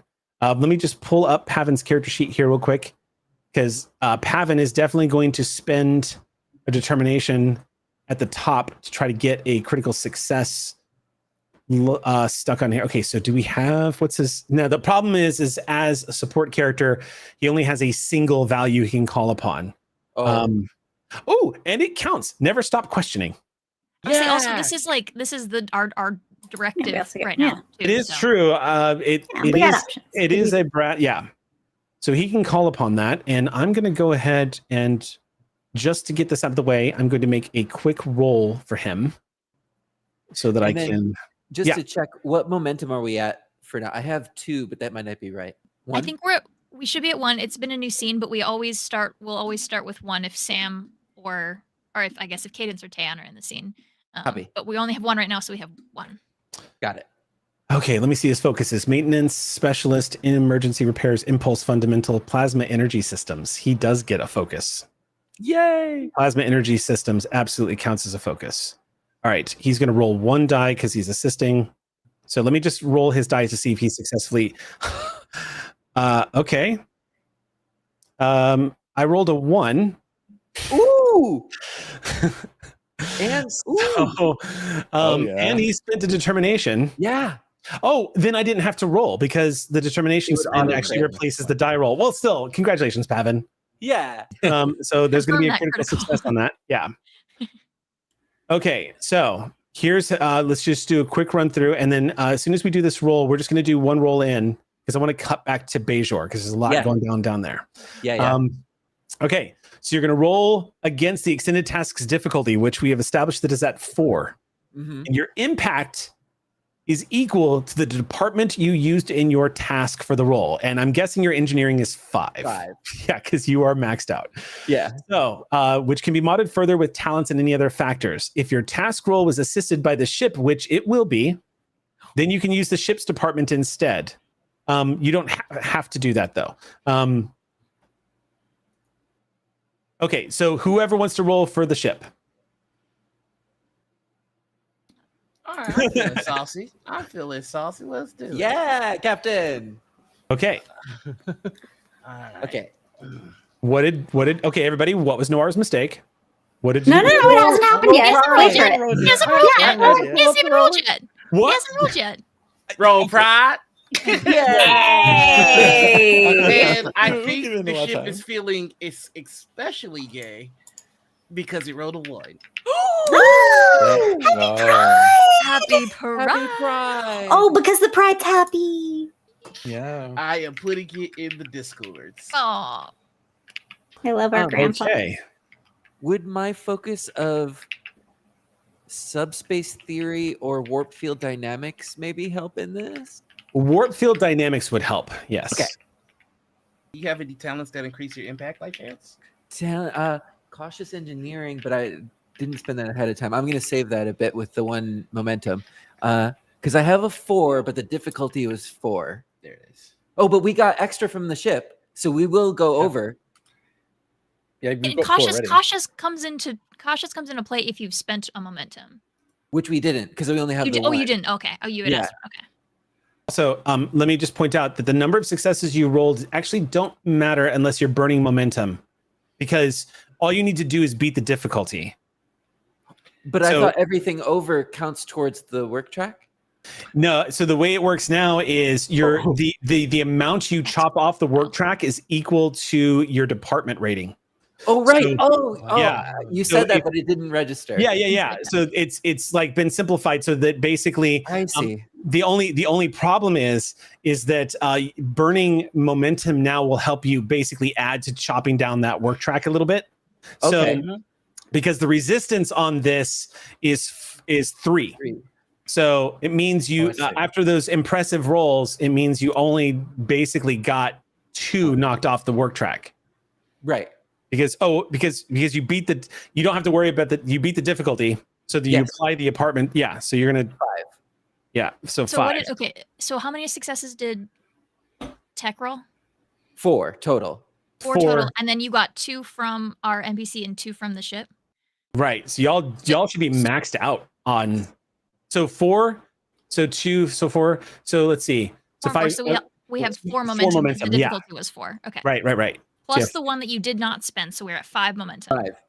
Because we're about to spending. switch the scene, and then when we switch back, I can spend to use cautious engineering. Yeah. Right. You can also yeah. That's correct. Cool. So yeah, in the holodeck, Tech has loaded up his workshop program, and I am assuming that Pavan is there with him, and it's a full like engineering kitchen sort of a thing, like an industrial kitchen setup. Right. And each of the different aspects of the investigation are like ingredients that they're sort of combining together into like a center theory mix and bowl. Okay. That's so far, yeah. What we've got. Okay, great. All right. In which case, you begin the arduous process of trying to break down this incredibly challenging task. You can already tell, Tech, that as you are looking at the problem and running into some dead ends and having to pivot, that this is going to be burning the midnight oil tonight. Right. You can already tell that the engineering crew is going to be up late on this one. So just to clarify, did we get 8 points off of the work track then? So we're down to 12? You would need to do momentum spends to do additional work on the work track. So right now it's still at 20. Right now it's at 18 because you succeeded. I'm sorry. Yeah. Because your department is 5 and the resistance is 3. So you made 2 points of progress. Okay. Now I get it. Yeah. So it's actually, it throws you off because it's actually super simple compared to what it used to be. Right. Yeah. But yeah, now if you want to further buy down points on the work track, then you have to spend for it.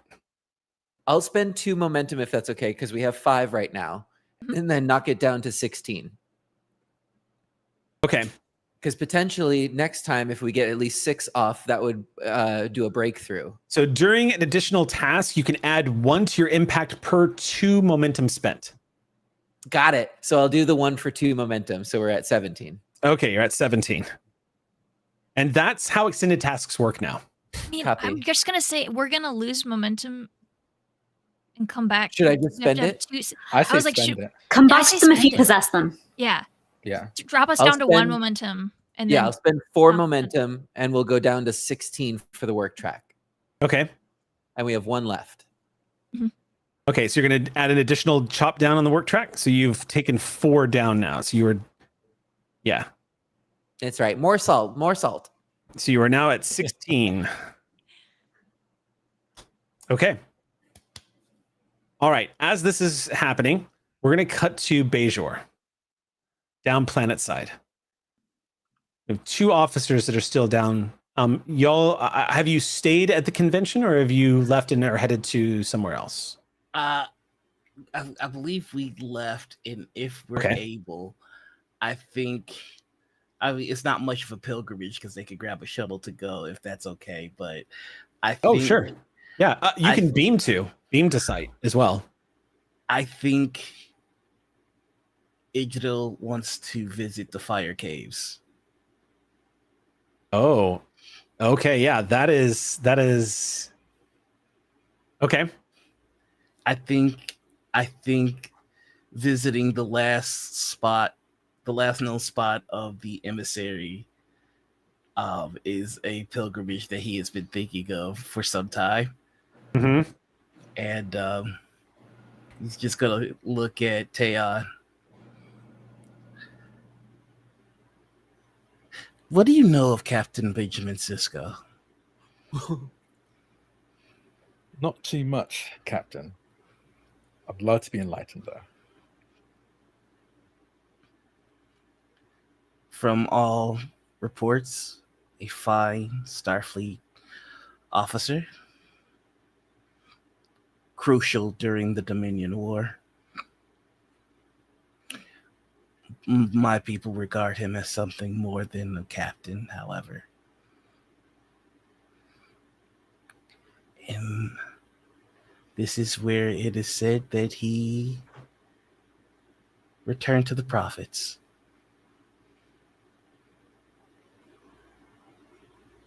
Do you feel anything here?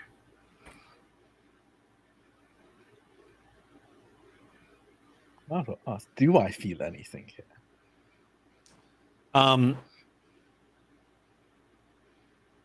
So if you are at the fire caves, I'll just set the scene. Mm-hmm. So the fire caves are in a desolate area of Bayshore. It looks like just a desolate mountain range, rocky cliffs and large rocks. The caves themselves, as you are approaching, you see all sorts of religious paraphernalia that have been left near the caves. It's almost very much similar to how when you're approaching a site in Buddhism, how you see all these flags and different colored ribbons laid out. It's very similar, these markers of remembrance. What you know of the fire caves is this was a place of great darkness in Bajoran religion. This was where the Pa wraiths were apparently contained or held. I was going to say, you want Pa race? This is how we get Pa race. Technically, the fire caves are, in human religion, this would be like the mouth of hell, essentially, where the Pa wraiths were sent by the prophets and stored away. There's a lot of mythology surrounding Sisko and a sacrifice that he made to keep a Pa wraith and the Pa wraiths from essentially escaping. Upon approach, you definitely feel something as the two of you are approaching. You can hear, first of all, the wind that blows through here. It's eerie, just a quiet breeze that you can hear the gentle, snapping sounds of some of the pieces and ribbons catching in the breeze. There's a couple of Bajorans out here too, almost like they're out here on vigil. You see meditation spots that have been set up as a place of sort of like standing sentinel, but not necessarily guard. But you can see a couple in various like areas on the outskirts of the caves themselves. No one tries to stop either one of you as you approach, but they do watch you. The feeling you have is an immense sense of depth. If you could imagine what it would feel like to be hundreds of feet underground in a dark cave with only a headlamp on and someone lets you peer over the side into the utter abyss that waits for you below, that's the feeling you have. It's this sensation of almost falling over the edge, like something truly dark but contained. Yes, it's hard to explain, but I can. It's vast, I think is most likely the best way to describe it.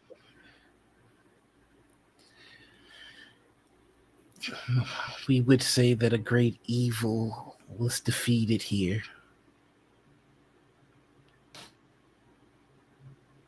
A brilliant stroke of genius by the prophets. The right man in the right place at the right time for the right reason.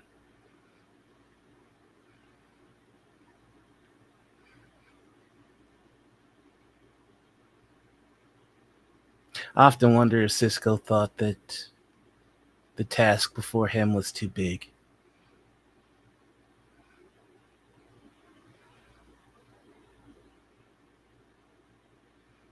Have you ever been to Vulcan? No. Lived all my life on Earth.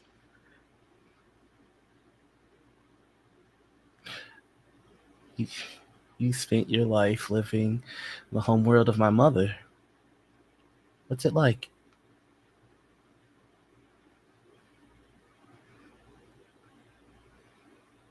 I miss it. I miss being home. I consider it home. It's where both my mothers were. It was noisy, I think, is a thing I remember the most. It was very noisy, especially where I lived in the city. But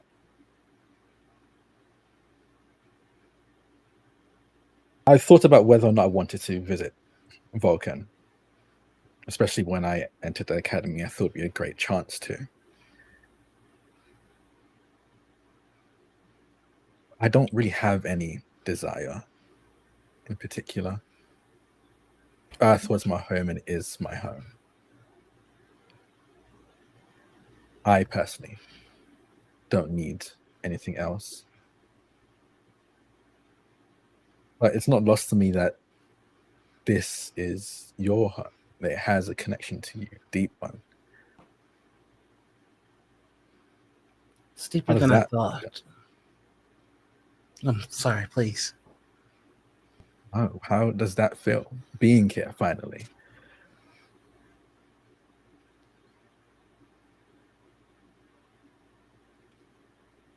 It's far more beautiful than my father explained, and he spent quite a lot of time trying to explain how beautiful it was.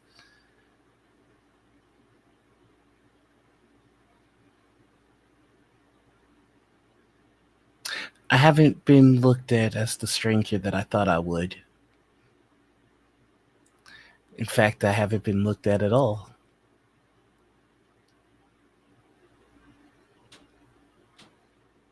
Because I'm home.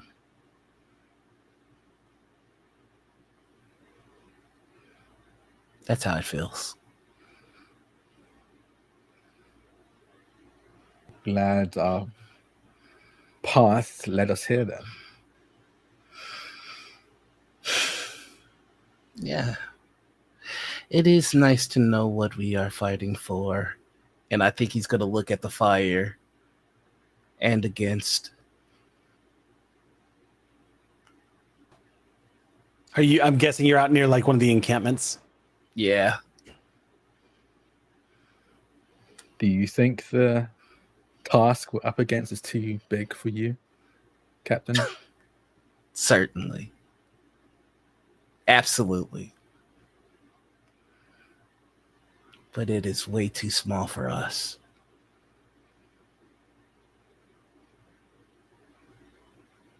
I think even Talon's a bit taken aback at that response, but nods. You're a good captain. I've had a few, so I think I'm quite an expert when it comes to that.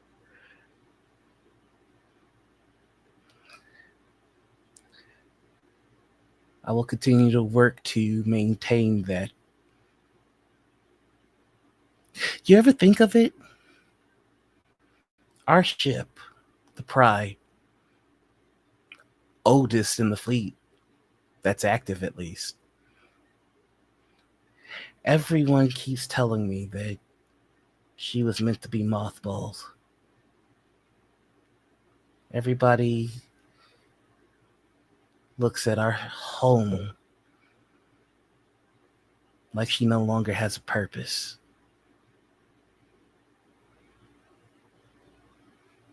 And yet, we find ourselves at the heart of something that I don't understand.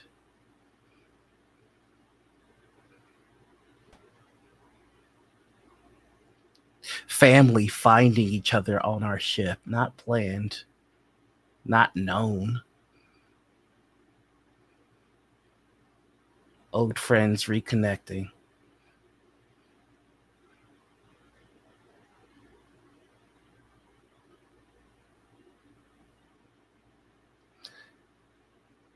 I know you may not believe as I do.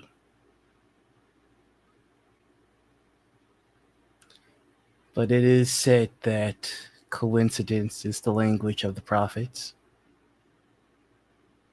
And I do think that they are shouting.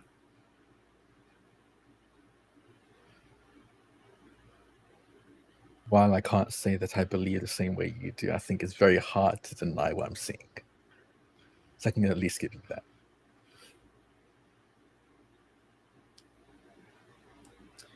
It is certainly a thing to have a Vulcan tell you your faith is logical.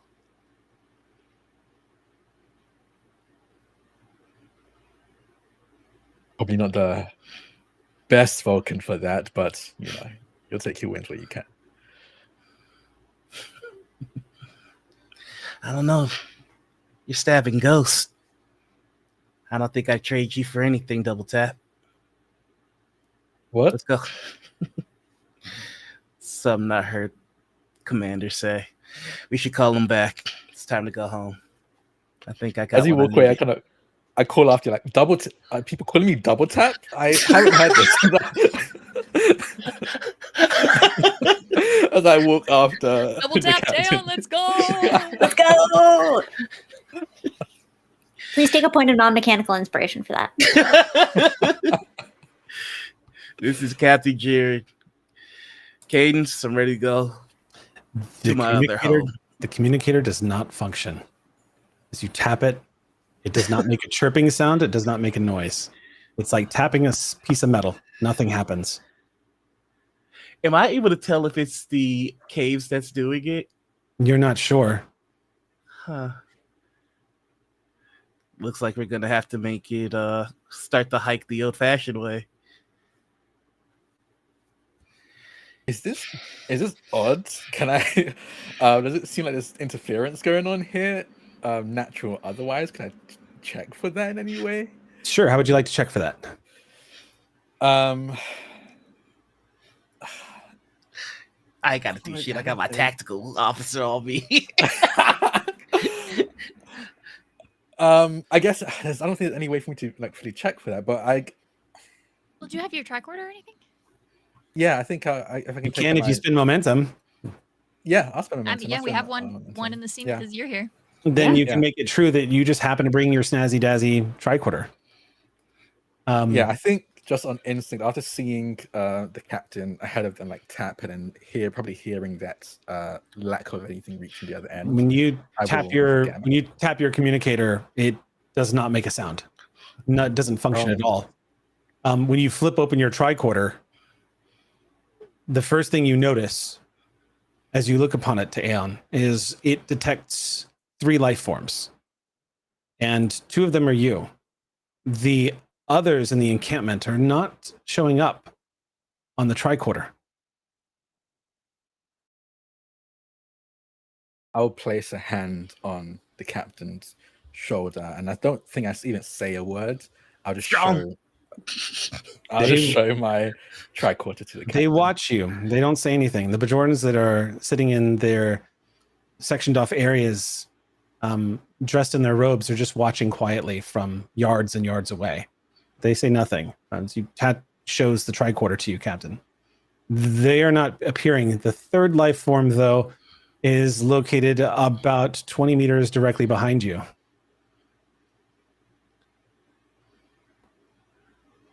Stay on alert, but don't raise any weaponry don't raise any weaponry except as a last resort. Captain, I'll turn to look behind us. Okay. I am going to look, put my hand on Taeon's and go, I think this might be a matter of faith. Trust me. I'm going to walk the 20 meters to that life form. So you both turn to face this life form and to walk the 20 meters. There's somebody standing 20 meters away, out in the open. Looks like they are standing in the ravine that's not near the entry to the fire caves. They are standing just beyond that way. Almost like if the fire caves were to your left and there was a path that led up into the caves themselves, they're beyond that, not near the caves per se.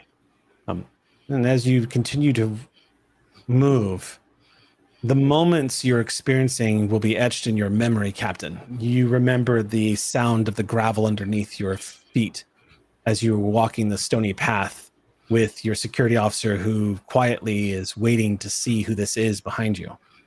The two of you continue to walk closer and closer.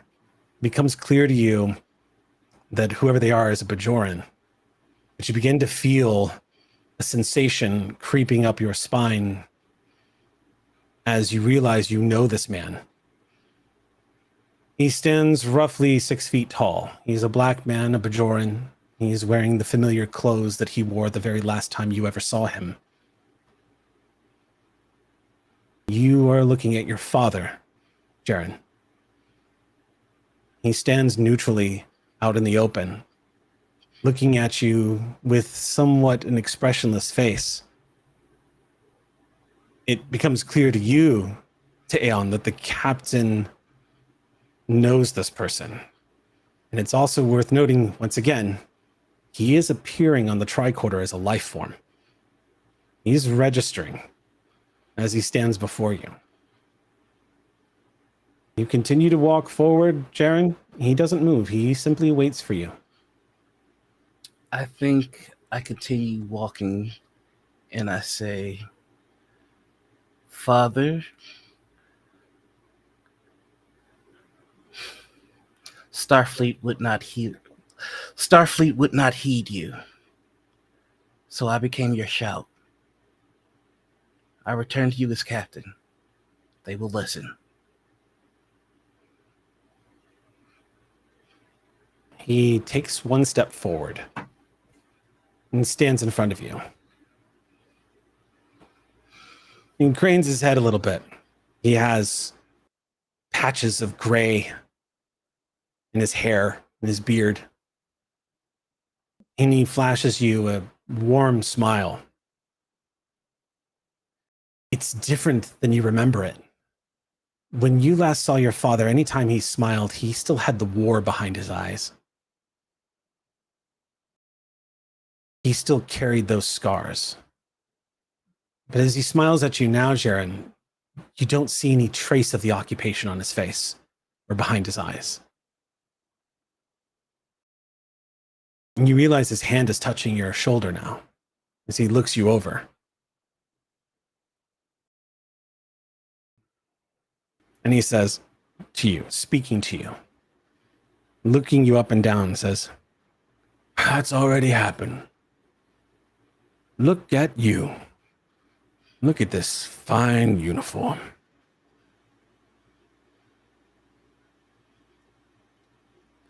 You've already done what you're setting out to do.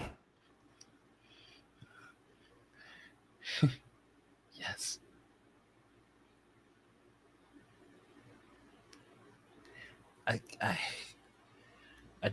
I did this for you, for us.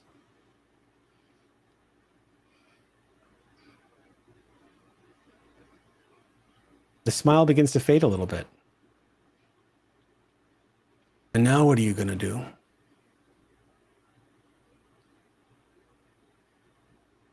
Whatever the prophets will.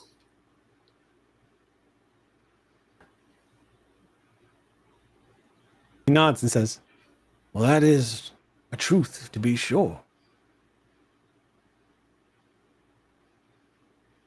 I wondered if you were ever going to make it back here. Finally, see where it all started for us. You picked an interesting place." He glances over at the fire caves.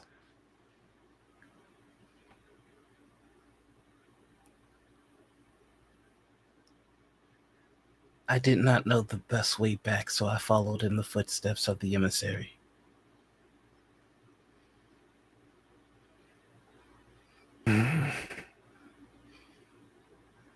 Can't tell you how happy that makes me, son. How happy I am to see you like this. I don't have a lot of time.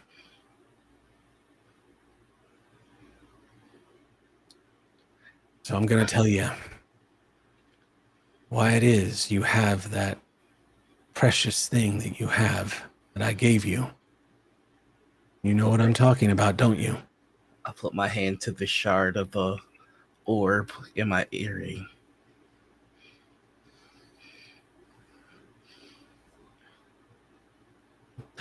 During the occupation, Cardassians did what evil dictators do. They tried to erase history.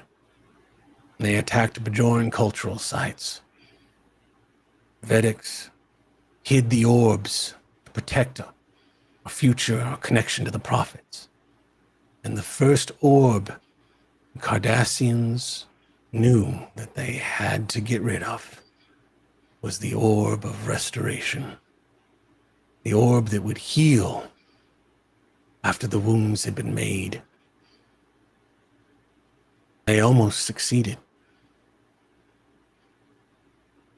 You have the last piece of that orb. You, the gift I gave to you, is that last piece.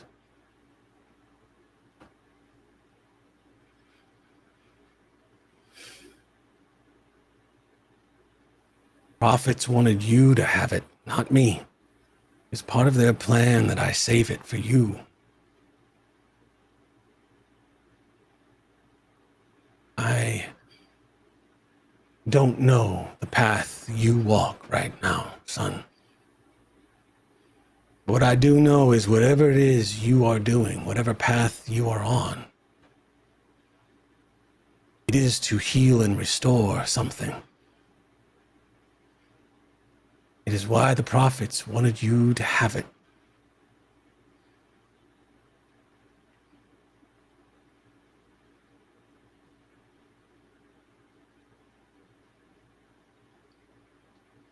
Then I will follow the path that they have set for me. I know you will. He reaches forward and pats you on the cheek and looks you over. I think there's just a moment where Jared is small and he goes, Father, this is my chief tactical officer, Teon. Teon, it's a pleasure to meet you. He extends his hand to you. Pleasure to meet you too, sir. Nice. You shake his hand. His hand is warm. It is solid. He is, for all intents and purposes, he is there.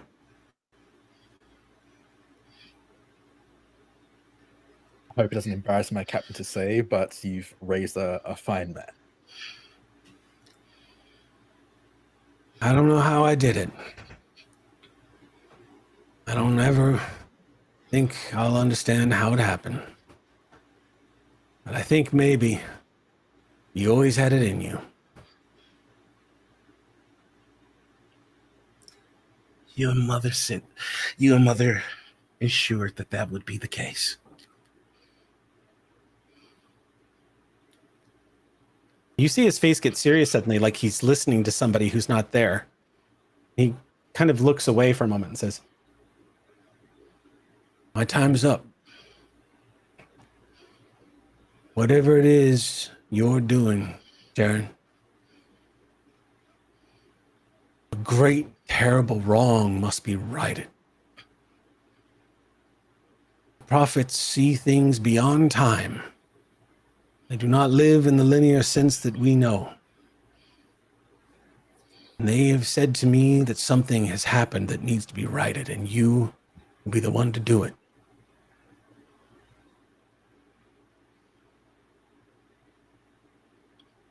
This time Starfleet will listen.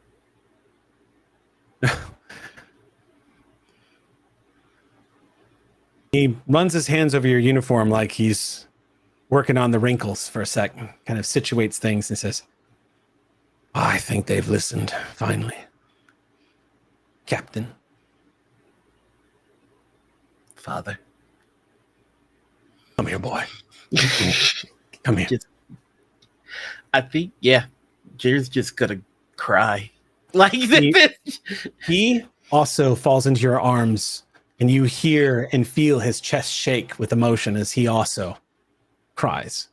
The two of you hold each other for the longest moment that for in this place feels like it is beyond time. In many ways it is. The prophets gave you a moment with your father. When your eyes open, the blur of the tears fades from your lids and you see that he's no longer there. The warmth from the embrace lingers and fills you with certainty that this happened.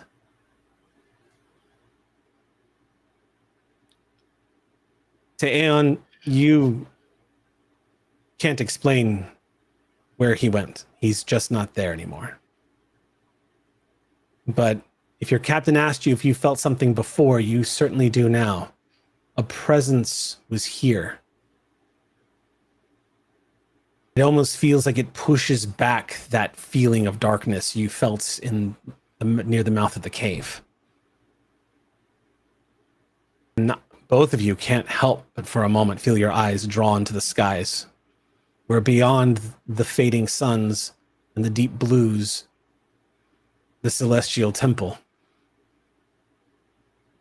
waits.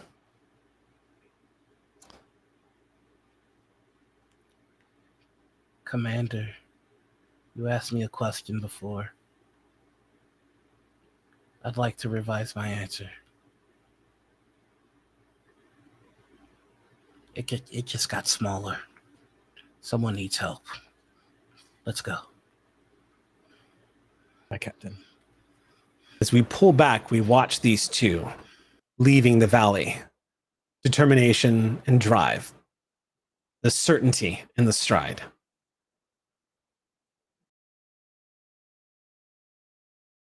As much as I want to finish what's going on the Pride, that is too good of a button for this episode.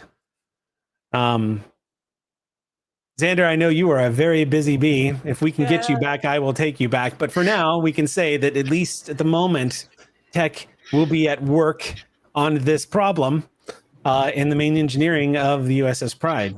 Let him cook. I'll be eating his Hasbrat. Do have fun at D&D in a castle, Xander. Thank you so much for joining us. Yeah, thank you. Yeah, I'll be in Ohio next week. What? That's where the castle is? They have I two know. now. There's the UK castle and there's an American castle now. That's true. Yep. Andrew, you're so close. Come hang out. As if it's not still like an 8-hour drive. Yeah. That's going to do it for us tonight, though, friends. Thank you so much for joining us for this episode of The Last Excelsior. Next Monday night, we will be joined. The very, very special episode of Noirville will be taking place, so don't miss it. And we will be back in July. Until then, friends, alien frequencies are closed. Why?